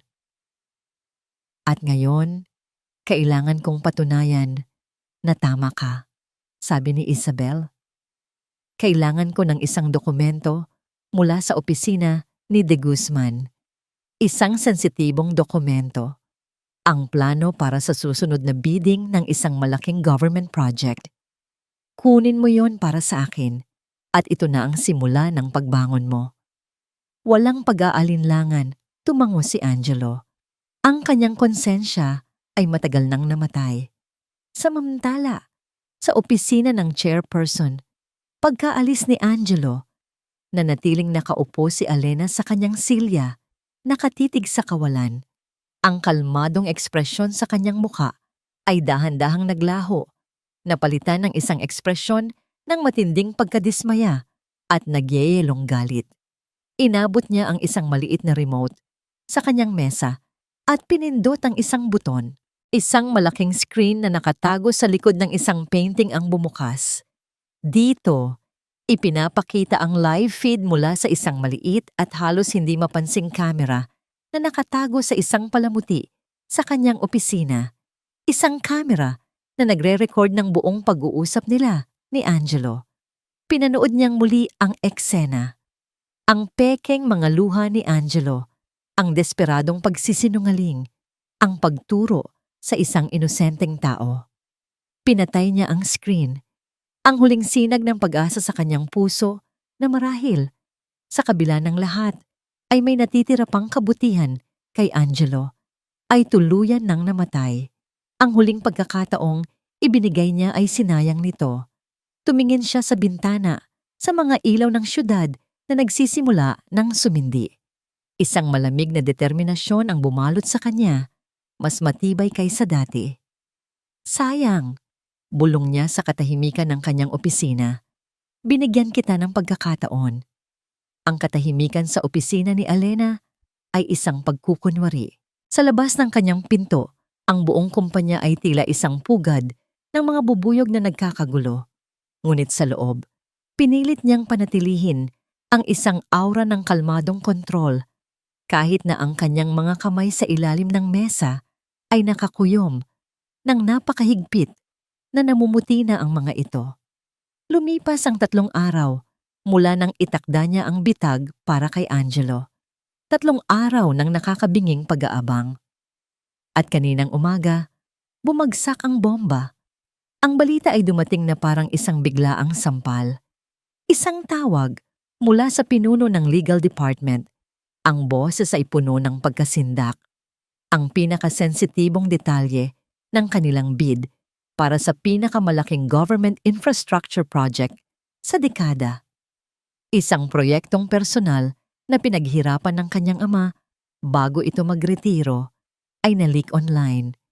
Ang kanilang mga presyo, ang kanilang mga teknikal na detalye, ang kanilang buong estratehiya, nakalantad para makita ng lahat, lalo na ng kanilang mga kakumpetensya. Agad-agad, ang proyekto ay sinuspinde ng gobyerno habang nag-iimbestiga at ang Reyes Prime Holdings, isang pangalang sinonimo sa integridad, ay biglang naging sentro ng isang iskandalo. Ngayon, nakaupo si Elena sa dulo ng isang mahabang conference table. Kaharap ang mga miyembro ng Board of Directors. Ang mga mukha na bumati sa kanya nang may paghanga noong gabi ng party ay ngayon ay puno ng pagdududa at pag-aalala. Paano nangyari ito, Chairperson? Tanong ni Mr. Sandoval, isang matandang miyembro ng board na kilalang tapat sa kanyang ama. Ngunit ngayon ay hindi maitago ang pagkadismaya. Ang proyektong iyon ang magiging korona ng taon para sa atin. Ngayon, mukha tayong mga amatir o mas masahol pa mga kriminal. Huminga ng malalim si Elena bago sumagot. Ang kanyang boses ay siniguradong matatag. Nagsasagawa na po tayo ng isang masusing internal investigation. Malinaw na mayroong traidor sa loob ng kumpanya. At sisiguraduhin kong mananagot siya. Traidor? Ulit ni Mr. Sandoval. Ang boses ay tumataas. Ang tanong ay paano nakalusot ang traidor na ito sa ilalim ng iyong pamumuno? Mula nang maupo ka, tila sunod-sunod na ang problema. Ang mga salita ay tumama, ngunit hindi ipinakita ni Elena ang epekto nito. Alam niya kung sino ang may kasalanan. Nakikita niya sa kanyang isipan ang mukha ni Angelo na nagsisinungaling, ang mukha ni Isabel Delgado na nagpapanggap. Ngunit hindi niya maaaring sabihin iyon. Hindi pa. Ang pag-amin na ang sarili niyang asawa ang traidor nang walang matibay na ebidensya maliban sa isang lihim na recording ay magmumukha lamang siyang mahina at tanga. Gagawin nitong isang personal na drama, ang isang krisis sa korporasyon. Tinitiyak ko sa inyo, sabi ni Elena, ang tingin ay diretso kay Mr. Sandoval, na ang seguridad ang ating pangunahing prioridad. Sa ngayon, ang focus natin ay damage control. Nakikipag-ugnayan na ang ating PR team sa media para kontrolin ang naratibo at ang ating legal team ay humihiling na ng dialogo sa komite ng gobyerno. Ang pulong ay nagpatuloy sa loob ng 2 oras, isang walang katapusang pag-atake ng mga tanong, mga akusasyon at mga pagdududa. Pinanatili ni Elena ang kanyang tindig, ngunit sa loob-loob niya, nararamdaman niya ang unti-unting pagbigat ng pader sa paligid niya. Pagkatapos ng pulong, ang balita ay mas lalong lumala. Ang stock price ng kumpanya ay bumagsak ng husto. Sa mga financial news channels, ang kanyang mukha ay nasa tabi ng mga salitang iskandalo, investigasyon at kawalan ng tiwala. Ang legasiya ng kanyang ama ay unti-unting nadudungisan at pakiramdam niya ay personal niya itong binibigo. Gabi na nang sa wakas ay nagkaroon siya ng katahimikan. Ngunit ang katahimikan ay mas nakakabingi. Habang nakaupo siya sa kanyang opisina, tinitingnan ang mga nagkikislapang ilaw ng syudad, naramdaman niya ang bigat ng tunay na pag-iisa. Isang mahinang katok sa pinto ang pumutol sa kanyang pag-iisip. "Pasok," sabi niya. Inaasahan na ang kanyang sekretarya. Ngunit ang pumasok ay si Angelo. Hindi na ito nakasuot ng uniforme ng janitor. Nakasuot ito ng luma nitong damit opisina na para bang sinusubukang bawiin ang dati nitong pagkatao. Ang kanyang mukha ay puno ng nag-aalalang ekspresyon. Isang ekspresyon na alam ni Elena na peke. "Elena," sabi nito sa mahinang boses, lumalapit sa kanyang mesa. "Narinig ko ang nangyari sa board meeting. Nakita ko ang balita. Grabe sila sa'yo. Hindi mo deserve to." Tumingin lang si Elena sa kanya, walang imik. Ang kanyang puso ay isang bato ng yelo. "Sabi ko na sa'yo, si De Guzman yan." Pagpapatuloy ni Angelo, ang boses ay puno ng pekeng galit. "Pinlano nila ito ni Isabel. Hayop sila. Kung may magagawa lang ako para tulungan ka." Lumapit pa ito na para bang aaluin siya. Ngunit bago pa man makalapit ang kamay nito, nagsalita si Elena. "Wala kang maitutulong," sabi niya. Ang boses ay kasing lamig ng hangin sa labas. "Ang tanging maitutulong mo ay ang lumabas ng opisinang ito at gawin ang trabaho mo." Natigilan si Angelo. Ang nag-aalalang maskara sa kanyang mukha ay bahagyang gumuho. Nagpapakita ng isang kislap ng inis bago niya ito muling naibalik. "Sige," sabi nito, umatras. "Pero nandito lang ako, Elena, kung kailangan mo ako." Pagkaalis nito, napapikit si Elena ng mariin. Ang lakas ng loob niyang magpanggap. Ang lakas ng loob niyang gamitin ang kahinaang ito laban sa kanya. Ang galit sa loob niya ay mas lalong lumalim. Muling bumalik ang katahimikan. Ngunit makalipas ang ilang sandali, isang tunog ang muling bumasag dito. Ang matinis na pagring ng kanyang personal na telepono. Isang numero na hindi pamilyar. Ngunit alam niya kung kanino ito. Ito ang pribadong linya ng assistant ng kanyang ama.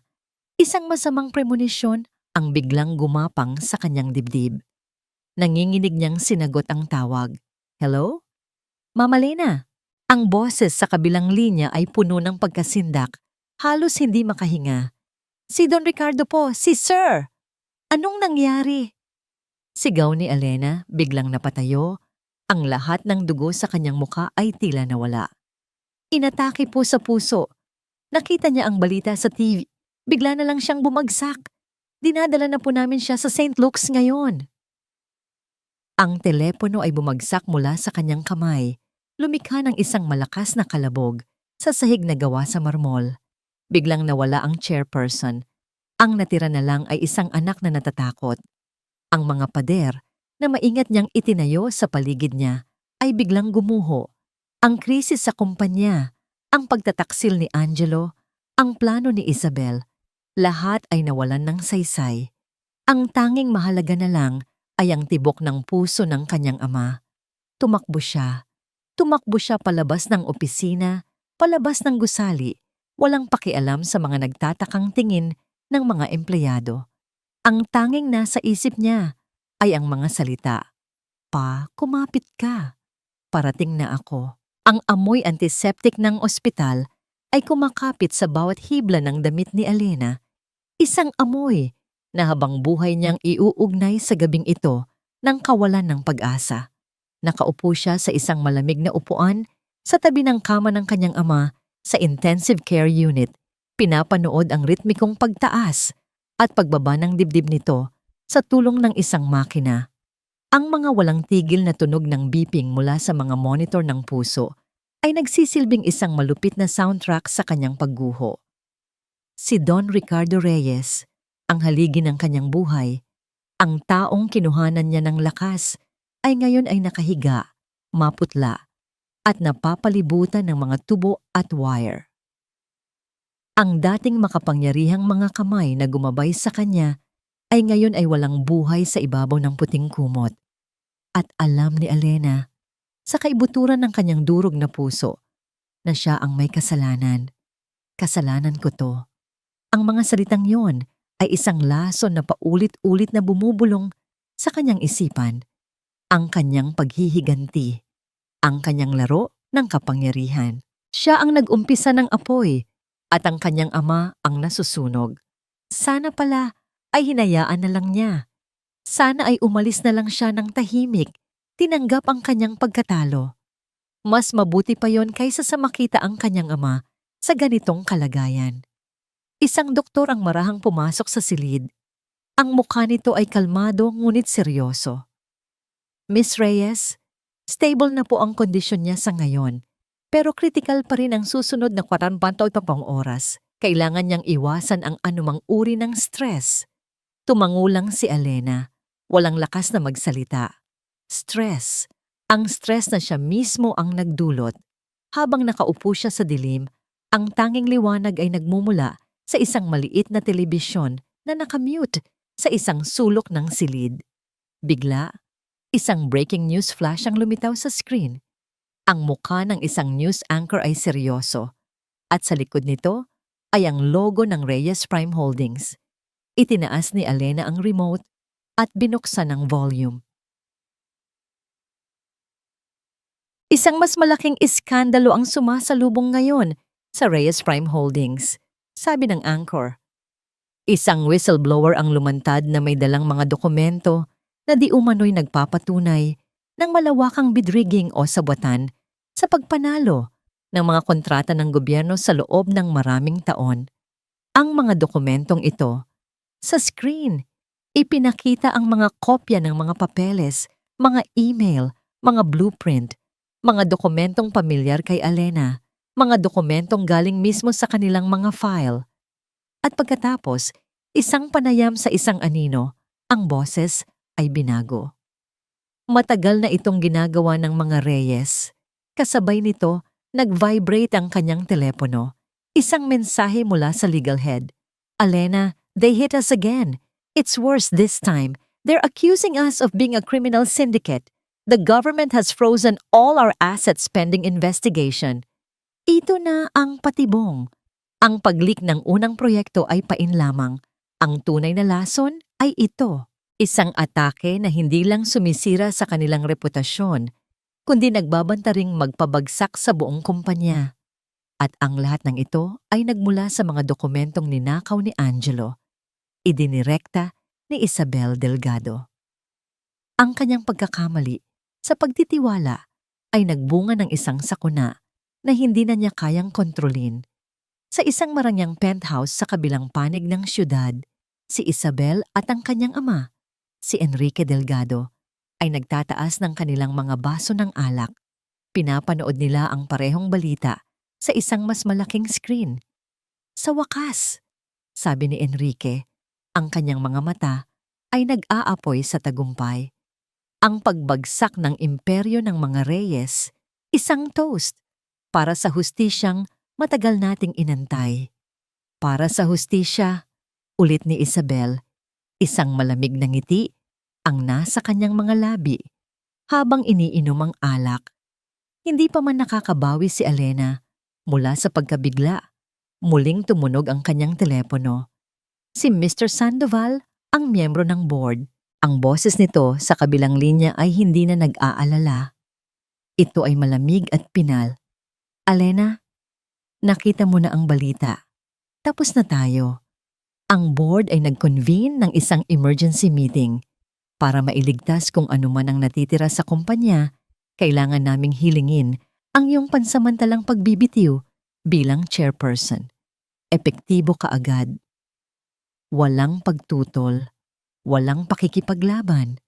Ang natitirang lakas sa katawan ni Alena ay tuluyan ng nawala.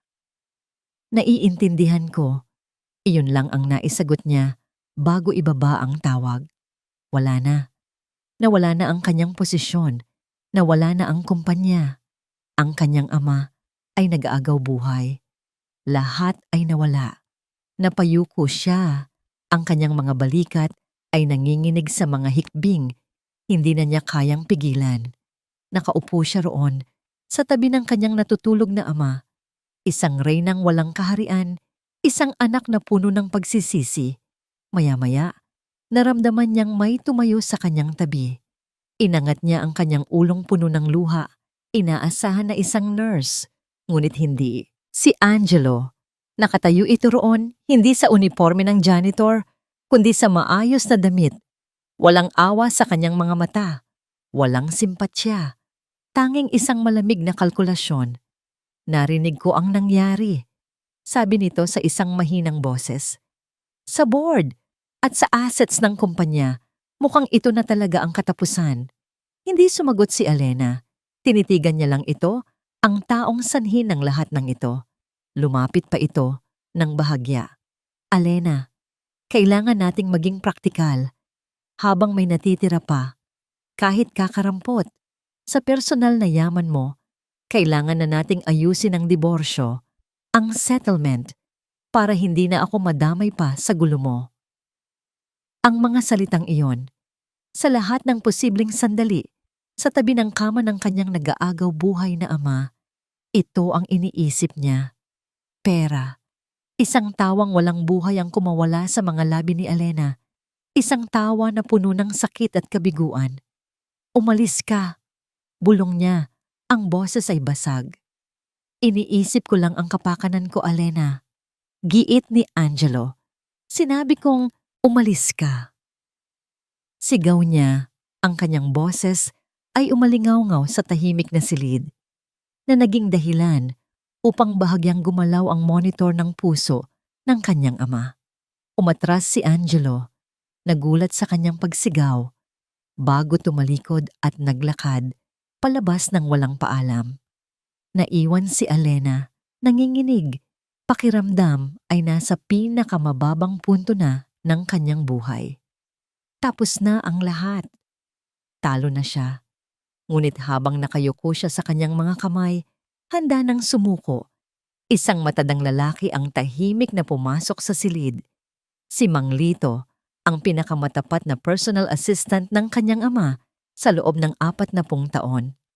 Ma'am Alena, sabi nito sa magalang at mahinang boses.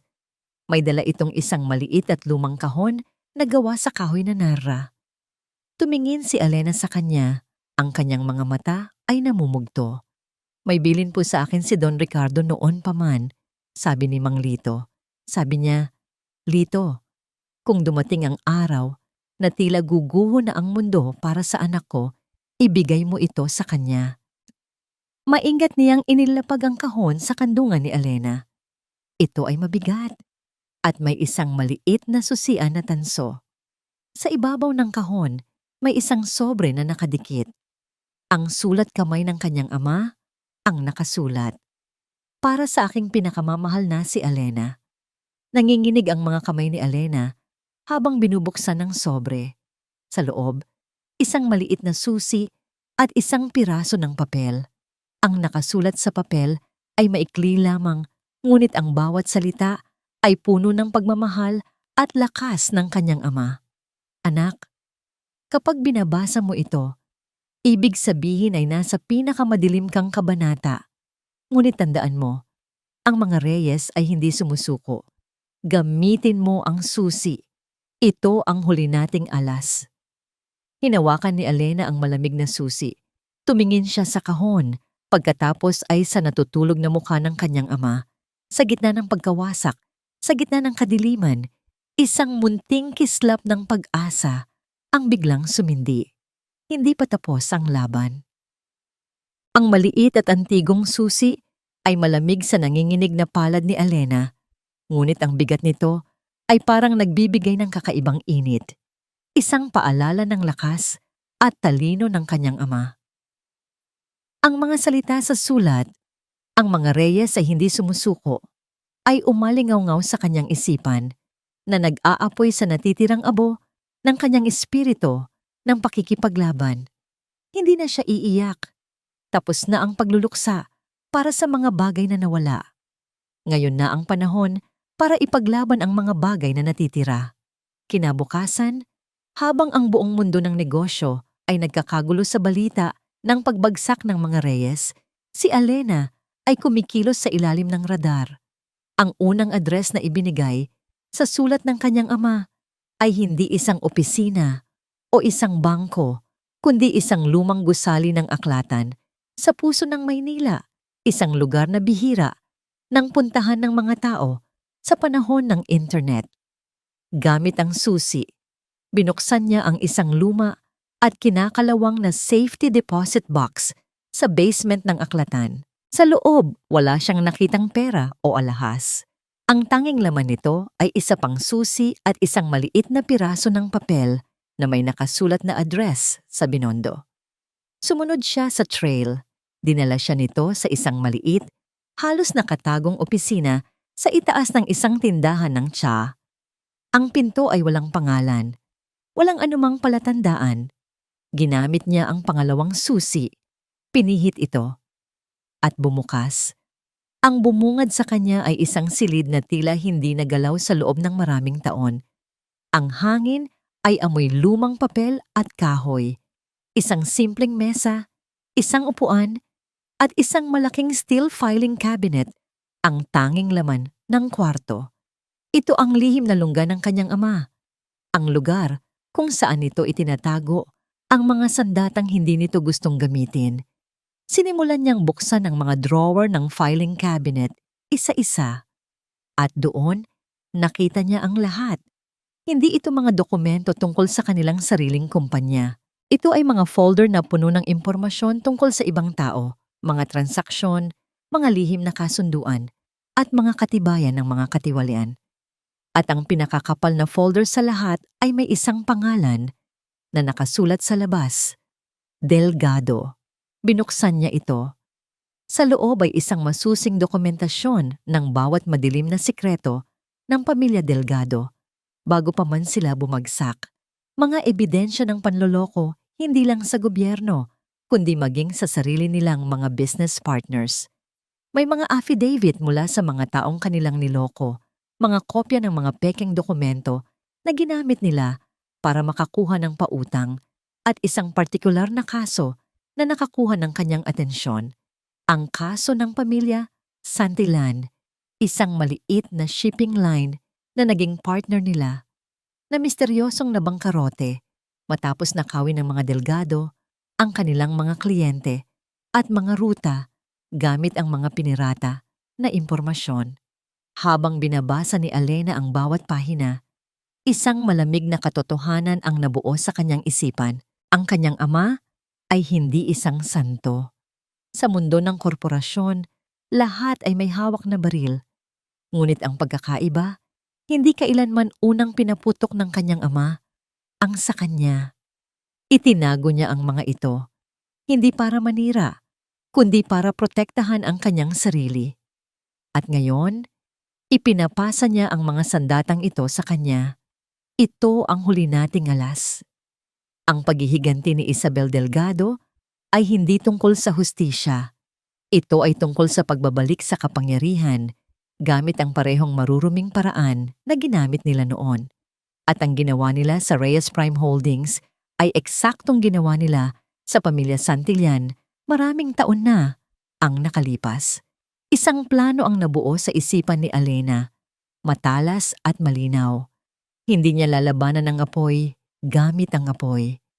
Gagamitin niya ang tubig, Ibubuhos niya ang lahat ng kanilang mga kasalanan sa publiko upang ang sarili nilang apoy ang tumupok sa kanila. Isinara niya ang folder. Ang pag-asa ay hindi na isang munting kislap. Isa na itong naglalagablab na apoy. Ang unang ginawa niya ay tawagan si Mang Lito. Kailangan kong makausap ang mga pinagkakatiwalaang tao ni Papa. Hindi ang mga nasa board. Ang mga nasa ibaba. Ang mga taong ang katapatan ay sa pamilya, hindi sa pera. Sa loob ng ilang oras, sa isang ligtas na lugar, nakaharap ni Alena ang isang maliit na grupo. Si Mang Tony, ang private investigator, si Attorney Cruz, isang bata ngunit napakatalinong abogado na protege ng kanyang ama, at si Lena, ang hepe ng IT department na may utang na loob kay Don Ricardo dahil sa pagpapaaral nito. Inilatag ni Alena ang lahat sa mesa, ang mga dokumento, ang plano ni Isabel, ang kanyang kontraplano. Hindi natin kayang labanan ang kasinungalingan nila gamit ang simpleng pagtanggi. Paliwanag ni Alena, ang kanyang boses ay puno ng determinasyon. Kailangan nating ipakita sa mundo kung sino talaga sila. Lena, kailangan kong i-trace mo ang pinagmulan ng leak. Hanapin mo ang digital footprint at terminate. Cruz, kailangan kong hanapin mo ang pamilya Santillan at ang iba pang mga biktima ng mga delgado. Mang Tony, kailangan ko ng karagdagang impormasyon tungkol sa kanilang mga kasalukuyang transaksyon. Bawat isa sa atin ay may gagawin. Walang nag-alinlangan. Ang bawat isa sa silid ay nakakita ng bagong liwanag sa mga mata ni Alena, ang liwanag ng isang tunay na Reyes. Sa mga sumunod na araw, habang ang pangalan ng Reyes ay patuloy na dinudungisan sa media, isang lihim na hukbo ang kumikilos sa dilim. Si Lena ay nagpuyat. Sinusundan ang mga digital na bakas na iniwan ng mga traidor. Natuklasan niyang ang leak ay hindi nagmula sa opisina ni Mr. De Guzman, kundi mula sa isang computer sa maintenance department, ang computer na may access si Angelo. Si Attorney Cruz naman ay natagpuan ng matandang Mr. Santillan na ngayon ay namumuhay ng simple sa probinsya, dala-dala pa rin ang galit sa mga delgado. Sa simula ay nag-aalangan itong makipagtulungan, takot sa kapangyarihan ng mga delgado. Ngunit nang ipakita ni Alena ang mga ebidensya at ipinangako ang hustisya, pumayag ito. Habang abala ang lahat, dinalaw ni Alena ang kanyang ama sa ospital araw-araw. Gising na ito, ngunit mahina pa. Hindi niya sinasabi rito ang tungkol sa kanyang plano. Sa halip, binabasa niya ito ng mga libro, kinukwentuhan ng mga masasayang alaala. Pinapakita rito na malakas siya. At sa bawat araw, nakikita niya ang unti-unting pagbabalik ng liwanag sa mga mata nito. Sa wakas, pagkatapos ng isang linggong paghahanda, handa na ang lahat. Ang bawat piraso ng ebidensya ay nasa lugar na. Ang huling hakbang. Ginamit ni Alena ang natitirang impluwensya ng kanyang pangalan para tawagan ang mga pinakamalalaking pangalan sa business journalism. Nagpatawag siya ng isang press conference. Isang malaking anunsyo ang gagawin, sabi ng kanyang opisyal na pahayag, tungkol sa kinabukasan ng Reyes Prime Holdings at ang mga akusasyon laban dito. Ang balita ay kumalat na parang apoy. Nakarating ito kina Isabel at Enrique Delgado sa kanilang tore ng tagumpay. Anong kalokohan ito? Tanong ni Enrique sa kanyang anak. Ngumisi si Isabel. Hayaan mo siya, Itay. Ito na ang kanyang huling hininga.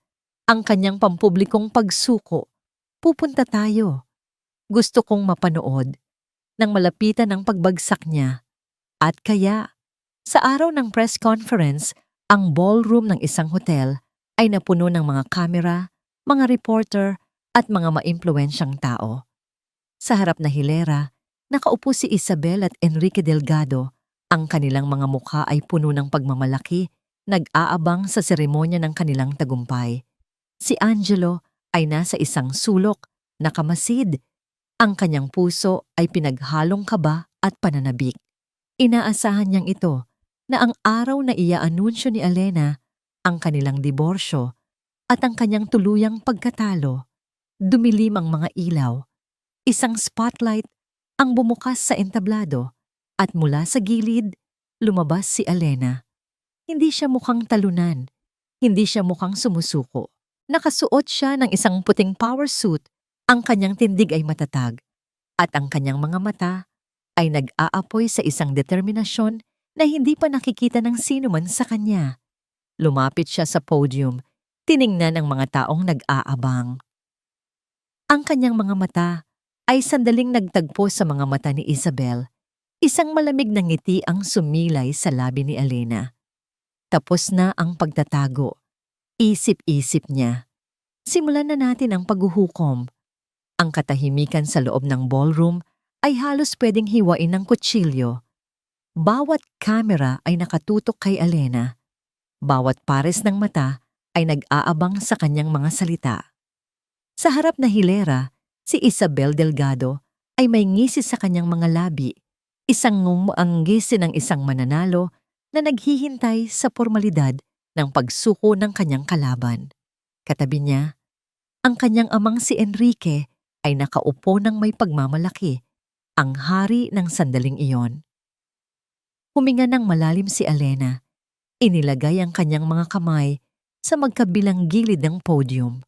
Magandang umaga sa inyong lahat. Panimula niya, ang kanyang boses ay kalmado ngunit matunog, pumupuno sa bawat sulok ng silid. Ipinatawag ko kayo ngayon para linawin ang mga issue na ibinabato sa Reyes Prime Holdings. Marami ang nagsasabi na ito na ang katapusan ng aming kumpanya. Marami ang nag-aabang sa aming pagbagsak. Ang kanyang mga mata ay diretsong tumama sa mga mata ni Isabel. Ngunit narito ako para sabihin sa inyo, nagkakamali kayo. Isang bulungan ang kumalat sa mga manunood. Ang nangisi ni Isabel ay bahagyang kumupas, napalitan ng pagtataka. Sa nakalipas na mga linggo, pagpapatuloy ni Elena, ang aming pangalan ay dinungisan ng mga akusasyon ng pandaraya at sabwatan. Ang mga akusasyong ito ay nagmula sa mga di-umano'y leaked documents at testimonya ng isang whistleblower. Ngayon, ipapakita ko sa inyo ang totoong kwento. Isinenyas ni Elena ang kanyang kamay sa technician sa likod. Ang malaking screen sa likod ng entablado na kanina'y nagpapakita lang ng logo ng Reyes Prime Holdings ay biglang umitim. Ang lahat ay nagsimula sa isang kasinungalingan, sabi ni Elena. Isang kasinungalingan na binuo para sirain hindi lang ang aking kumpanya, kundi pati na rin ang aking pamilya. Sa screen, isang litrato ang lumitaw. Ang litrato ni Isabel mula sa party, nakangiti habang nakakapit sa braso ni Angelo. Ito si Isabel Gonzalez, sabi ni Elena. Ang babaeng nagpakilala bilang isang potensyal na investor, ngunit iyon ay isang kasinungalingan. Ang susunod na lumitaw sa screen ay ang birth certificate na nakuha ni Mang Tony. Ang pangalang Isabel Delgado ay pinalaki para makita ng lahat. Ang tunay niyang pangalan ay Isabel Delgado.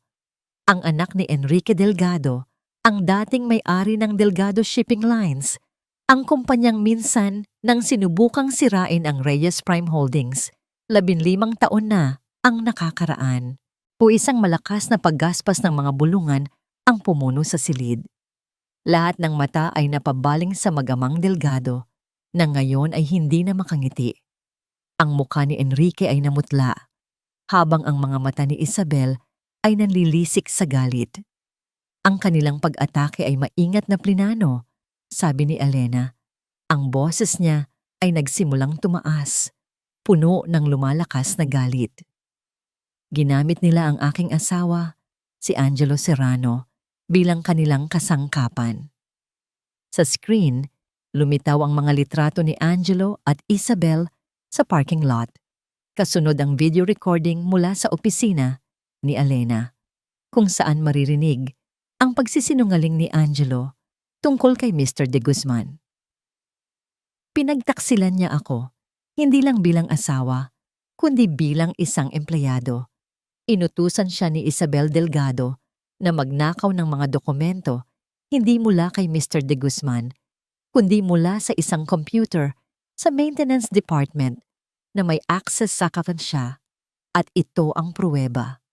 Isang komplikadong flowchart ng data ang lumitaw sa screen na inihanda ni Lena na malinaw na nagpapakita ng digital trail mula sa computer ni Angelo papunta sa isang external server at direktang papunta sa isang IP address na nakatrace sa isang opisina na pag-aari ng mga Delgado.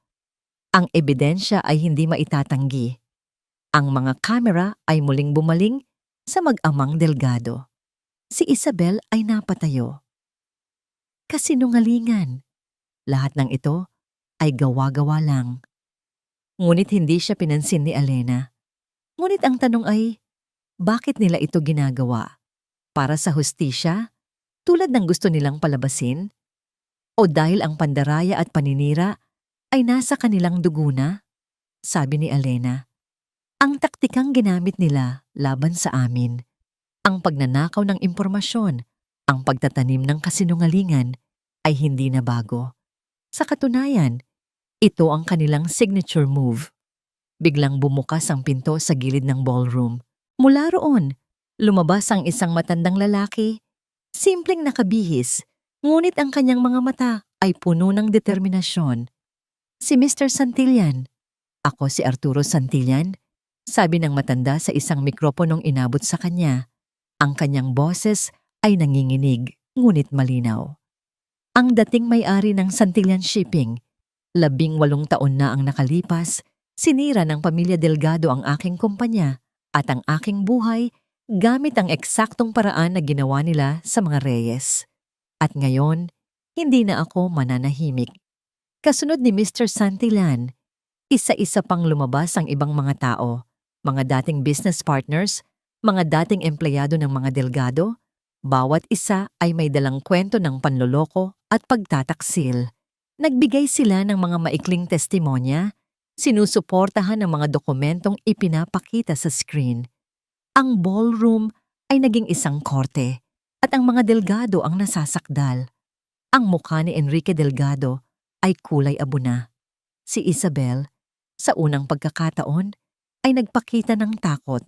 Tumingin siya sa paligid, naghahanap ng matatakasan, ngunit lahat ng mata ay nakatutok sa kanya, puno ng paghusga. Sa isang sulok, si Angelo Serrano ay parang binuhusan ng malamig na tubig. Naintindihan na niya ang lahat, hindi siya magiging hari. Isa lang siyang piyesa na isinakripisyo sa isang laro na hindi niya kailanman naintindihan. Sinubukan niyang gumapang palabas, umaasang hindi siya mapapansin, ngunit huli na ang lahat. At tungkol naman sa whistleblower, sabi ni Alena, ang kanyang boses ay dumagundong. Ang taong nagbigay ng mga pekeng dokumento at nagdulot ng lahat ng ito. Tumingin siya nang diretso sa sulok kung nasaan si Angelo. Nasaan na si Angelo Serrano? 2 unipormadong pulis na kanina pa tahimik na nakapuwesto sa may likurang pinto, ang agad na humakbang at hinawakan ang mga braso ni Angelo. "Oh, hindi! Wala akong kasalanan!" Sigaw ni Angelo, nagpupumiglas, ngunit walang nakinig. Kasabay nito, isa pang grupo ng mga pulis ang lumapit sa harap na hilera. "Mr. Enrique Delgado, Miss Isabel Delgado, iniimbitahan po namin kayo sa presinto para sagutin ang ilang mga katanungan." Ang tagpo ay naging isang kaguluhan. Ang mga flash ng kamera ay walang tigil. Si Isabel ay sumisigaw, si Enrique ay hindi makapagsalita, at si Angelo ay kinaladkad palabas. Sa gitna ng lahat, si Alena ay nanatiling nakatayo sa podium. Kalmado, tinitingnan niya ang pagbagsak ng kanyang mga kaaway. Ang kanyang paghihiganti ay kumpleto na, ngunit ang naramdaman niya ay hindi purong tagumpay. Ito ay isang uri ng mapait na katarungan. Ibinaling niya ang kanyang tingin sa mga kamera, sa mga taong nag-aabang sa kanyang huling salita. Ang Reyes Prime Holdings ay naging biktima ng isang masalimuot na sabwatan. Sabi niya, ang kanyang boses ay muling naging matatag. Ngunit ngayon, Tapos na ang kasinungalingan. Mula sa araw na ito, sisimulan naming muli, mas malinis at mas matatag kaysa dati. Salamat sa inyong lahat. Pagkatapos noon, tumalikod siya at naglakad palabas ng entablado, papalayo sa kaguluhan, papalayo sa mga anino ng nakaraan, patungo sa isang kinabukasang siya na mismo ang humubog. Ang araw pagkatapos ng press conference ay sumikat na may ibang liwanag. Ang madilim na ulap na bumalot sa pangalan ng Reyes Prime Holdings sa loob ng maraming linggo ay biglang naglaho, napalitan ng isang nakakasilaw na sikat ng pagpapatunay. Ang mga news channels na dati walang tigil sa pagbato ng akusasyon ay ngayon ay walang tigil sa pagpuri sa katapangan at talino ni Elena Reyes. Ang stock market ay tumugon ng naaayon. Sa pagbubukas pa lang ng trading, ang presyo ng shares ng RPH ay tumalon pa itaas. Isang malinaw na boto ng tiwala mula sa publiko. Pagpasok ni Elena sa gusali ng kumpanya, ang atmosfera ay ibang-iba. Ang mga empleyadong dati umiiwas ng tingin, puno ng takot at pagdududa, ay ngayon ay tumitingin sa kanya ng may bagong paggalang. Hindi ito ang paggalang na ibinibigay sa isang tagapagmana. Ito ang paggalang na nakukuha ng isang tunay na leader. Sinalubong siya ng palakpakan sa lobby. Isang kusang loob na pagpapakita ng kanilang pasasalamat at katapatan. Ang unang item sa kanyang agenda ay ang pagharap muli sa Board of Directors. Ang parehong mga mukha na humiling ng kanyang pagbibitiw ay ngayon ay nakayuko sa kahihiyan. Si Mr. Sandoval ang unang tumayo. Chairperson Reyes, Alin, sabi nito. Ang boses ay puno ng pagsisisi. Walang salita ang makakapagsabi kung gaano kami nagsisisi sa aming pagdududa. Pinangunahan namin ng takot, hindi ng tiwala. Sa ngalan ng buong board, tinatanggap namin ang aming pagkakamali at hinihiling na bawiin mo ang iyong pagbibitiw. Tiningnan sila ni Elena, isa-isa. Walang galit sa kanyang puso. Tanging isang matatag na pag-unawa. Tinatanggap ko ang inyong paumanhin, sabi niya, at babalik ako sa isang kondisyon. Mula ngayon, ang katapatan at integridad ay hindi lamang magiging mga salita sa ating mission statement. Sila ang magiging dugo at kaluluwa ng kumpanyang ito.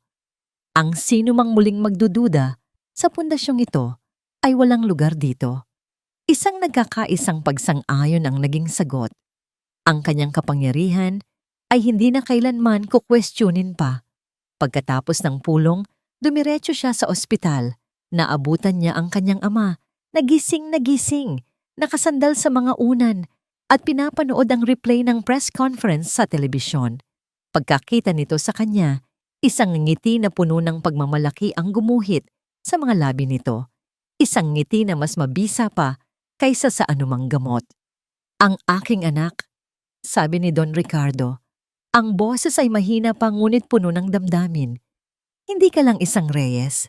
Pinatunayan mong mas mahusay ka pa sa akin. Umupo si Elena sa tabi ng kama at hinawakan ng kamay ng kanyang ama. Ang mga luha ay nagsimulang mamuo sa kanyang mga mata. Ngunit ngayon, ito ay mga luha ng ginhawa at pagmamahal. Natuto lang po ako sa pinakamagaling, sagot niya. Ang bigat na matagal na niyang pasan-pasan, ang takot na binigo niya ito, ay tuluyan ng naglaho. Sa sandaling iyon, naramdaman niya ang tunay na kapayapaan. Ang mga sumunod na araw ay ginugol niya sa pag-aayos ng gulo. Ang pamilya Delgado ay formal ng kinasuhan ng multiple counts of fraud, corporate espionage, at market manipulation. Ang kanilang mga assets ay na-freeze at ang kanilang pangalan ay naging sinonimo ng kahihiyan. Ang kanilang imperyo na sinubukan nilang itayo sa ibabaw ng mga kasinungalingan ay gumuho na parang isang kastilyong buhangin. Isang hapon, habang abala siya sa pagpirma ng mga dokumento, sinabi ng kanyang sekretarya na may isang taong nagpupumilit na makausap siya. Isang taong wala sa kanyang schedule. Si Angelo Serrano, nakalaya pansamantala matapos magpiyansa. Pumayag si Alena na makipagkita, hindi sa kanyang opisina, kundi sa isang maliit at neutral na meeting room. Kailangan na niyang tapusin ang kabanatang ito. Pumasok si Angelo. Ang lalaking dati mayabang at puno ng pangarap ay wala na. Ang kaharap niya ngayon ay isang anino na lang ng dati nitong sarili. Payat, ang mga mata ay lubog, at ang bawat galaw ay puno ng bigat ng pagkatalo. Pagkakita sa kanya, ang mga mata nito ay agad na napuno ng luha. "Alena," sabi nito, ang boses ay basag. Lumuhod ito sa kanyang harapan, isang kilos na puno ng desperasyon. "Patawarin mo ako. Please, patawarin mo ako." Hindi gumalaw si Alena. Tinitigan niya lang ito, ang lalaking minsan niyang pinangarap na makasama habang buhay. Wala na ang galit, wala na ang sakit. Ang tanging naroon ay isang uri ng malungkot na paglaya. "Nagsisisi ako, Alena. Sobra-sobra." Pagpapatuloy nito habang humihikbi. "Nabulag ako sa pera, sa ambisyon. Ginamit ako ni Isabel, pero nagpagamit din ako. Ang tanga-tanga ko. Pero minahal kita, Alena. Sa simula, minahal talaga kita. Bago ako nalaso ng lahat. Please, bigyan mo ako ng isa pang pagkakataon. Kahit anong ipagawa mo, gagawin ko." Huminga ng malalim si Alena. Ang kanyang boses, nang sa wakas ay magsalita siya, ay kalmado at walang bahid ng anumang matinding emosyon. "Tumayo ka, Angelo." Sumunod ito, ang muka ay basang-basa ng luha, umaasa. Inilapag ni Alena ang isang brown envelope sa mesa sa pagitan nila. "Tapos na tayo, Angelo. Matagal na." Nanginginig na binuksan ni Angelo ang envelope. Sa loob, ang mga papeles ng kanilang diborsyo. Nakapirma na si Alena. "Hey, hindi. Alena, please." "Ang kapatawaran ay isang bagay na kailangan kong ibigay sa sarili ko para makalaya sa lahat ng sakit na idinulot mo," sabi ni Alena. "Pero ang isa pang pagkakataon, hindi mo na yun deserve at hindi ko na rin yun deserve ibigay." Tumingin si Angelo sa kanya. Ang huling sinag ng pag-asa sa kanyang mga mata ay unti-unting namamatay. "Anong mangyayari sa akin? Sisirain mo ba ako? Ipakukulong?" Tumingin si Alena sa labas ng bintana, sa asul na kalangitan. Pagkatapos ay muli siyang tumingin kay Angelo, isang huling pinal na tingin. "Hindi na kita sisirain pa, Angelo," sabi niya. Ang kanyang boses ay mahinahon, ngunit may bigat ng isang pinal na hatol. "Ginawa mo na yan sa sarili mo." Tumayo siya at walang lingon-likod na naglakad papalabas ng silid. Iniwan niya si Angelo na nakatayo roon, mag-isa, hawak ang mga piraso ng kanilang wasak na pagsasama at ang bigat ng lahat ng kanyang mga pagkakamali. Pagkasara ng pinto, naramdaman ni Alena ang huling tanikala na bumitaw mula sa kanyang puso. Malaya na siya. Lumipas ang 6 na buwan. Ang tag-ulan ay dumating at umalis na para bang hinugasan ang lahat ng bakas ng sakit at kaguluhan.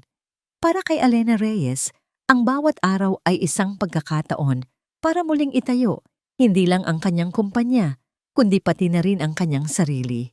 Sa ilalim ng kanyang pamumuno, ang Reyes Prime Holdings ay hindi lang bumangon. Ito ay lumago ng higit pa sa inaasahan. Ipinatupad niya ang mga bagong patakaran na nagbibigay diin sa transparency at etika. Naglunsad siya ng isang foundation na tumutulong sa mga maliliit na negosyante, isang ideyang nag-ugat mula sa kanyang karanasan sa Laguna. Ang babaeng minsay nagtago sa anino ng pagiging simple, ay ngayon ay ginagamit ang kanyang kapangyarihan para bigyan ng boses ang mga walang boses. Isang Sabado ng umaga, sa halip na magbabad sa mga papeles, nagtungo si Alena sa isang ampunan sa labas ng Maynila. Ito na ang kanyang naging regular na gawain. Dito, hindi siya ang chairperson. Siya lang si Ate Alena, ang nagbabasa ng mga kwento, ang nakikipaglaro ng habulan, ang nagbibigay ng mga yakap na matagal nang hinahanap ng mga bata. Habang pinapanood niya ang mga batang masayang nagtatakbuhan sa hardin, isang ngiti ang sumilay sa kanyang mga labi.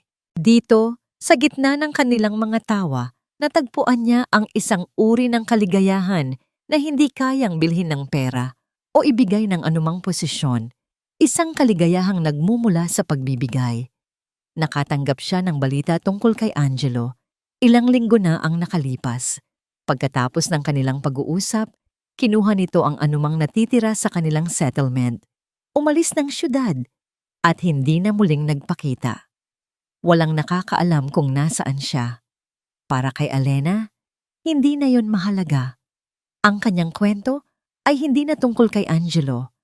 Ang kwento niya ay tungkol na sa kanya. Ang pamilya Delgado naman ay nahaharap sa mahabang proseso ng batas. Ang kanilang pangalan ay tuluyan ng nawala sa sirkulo ng mataas na lipunan, isang babala sa lahat na ang kasakiman ay laging may katapat na kabayaran. Nang hapong iyon, bumalik si Alena sa kanyang opisina. Nakatayo siya sa malawak na bintana. Hawak ang isang tasa ng mainit na tsaa, pinapanood ang paglubog ng araw sa abot-tanaw ng Bonifacio Global City. Ang syudad na minsan ay sumisimbolo sa kanyang kahihiyan ay ngayon ay isang paalala ng kanyang lakas. Naalala niya ang babaeng dumating sa isang party na puno ng takot, umaasa sa pagmamahal ng isang lalaking hindi karapat-dapat. Naalala niya ang sakit, ang pagtataksil, ang gabi sa ospital, kung kailan naramdaman niyang gumuho na ang lahat. Malayo na siya mula roon. Ang mga sugat ay naghilom na, nag-iwan ng mga pilat na hindi niya ikinahihiya. Dahil ang bawat pilat ay isang tanda ng isang laban na kanyang ipinanalo. Hindi na siya naghahanap ng pag-ibig sa ibang tao para buuin siya. Natutunan niyang buo na pala siya mula pa sa simula. Ang pagmamahal na hinahanap niya ay natagpuan niya sa loob ng kanyang sarili. Ang pagmamahal sa sariling halaga, dignidad, at kakayahan. Isang mahinang katok sa pinto ang pumukaw sa kanyang pag-iisip. "Pasok," sabi niya. Pumasok ang kanyang sekretarya.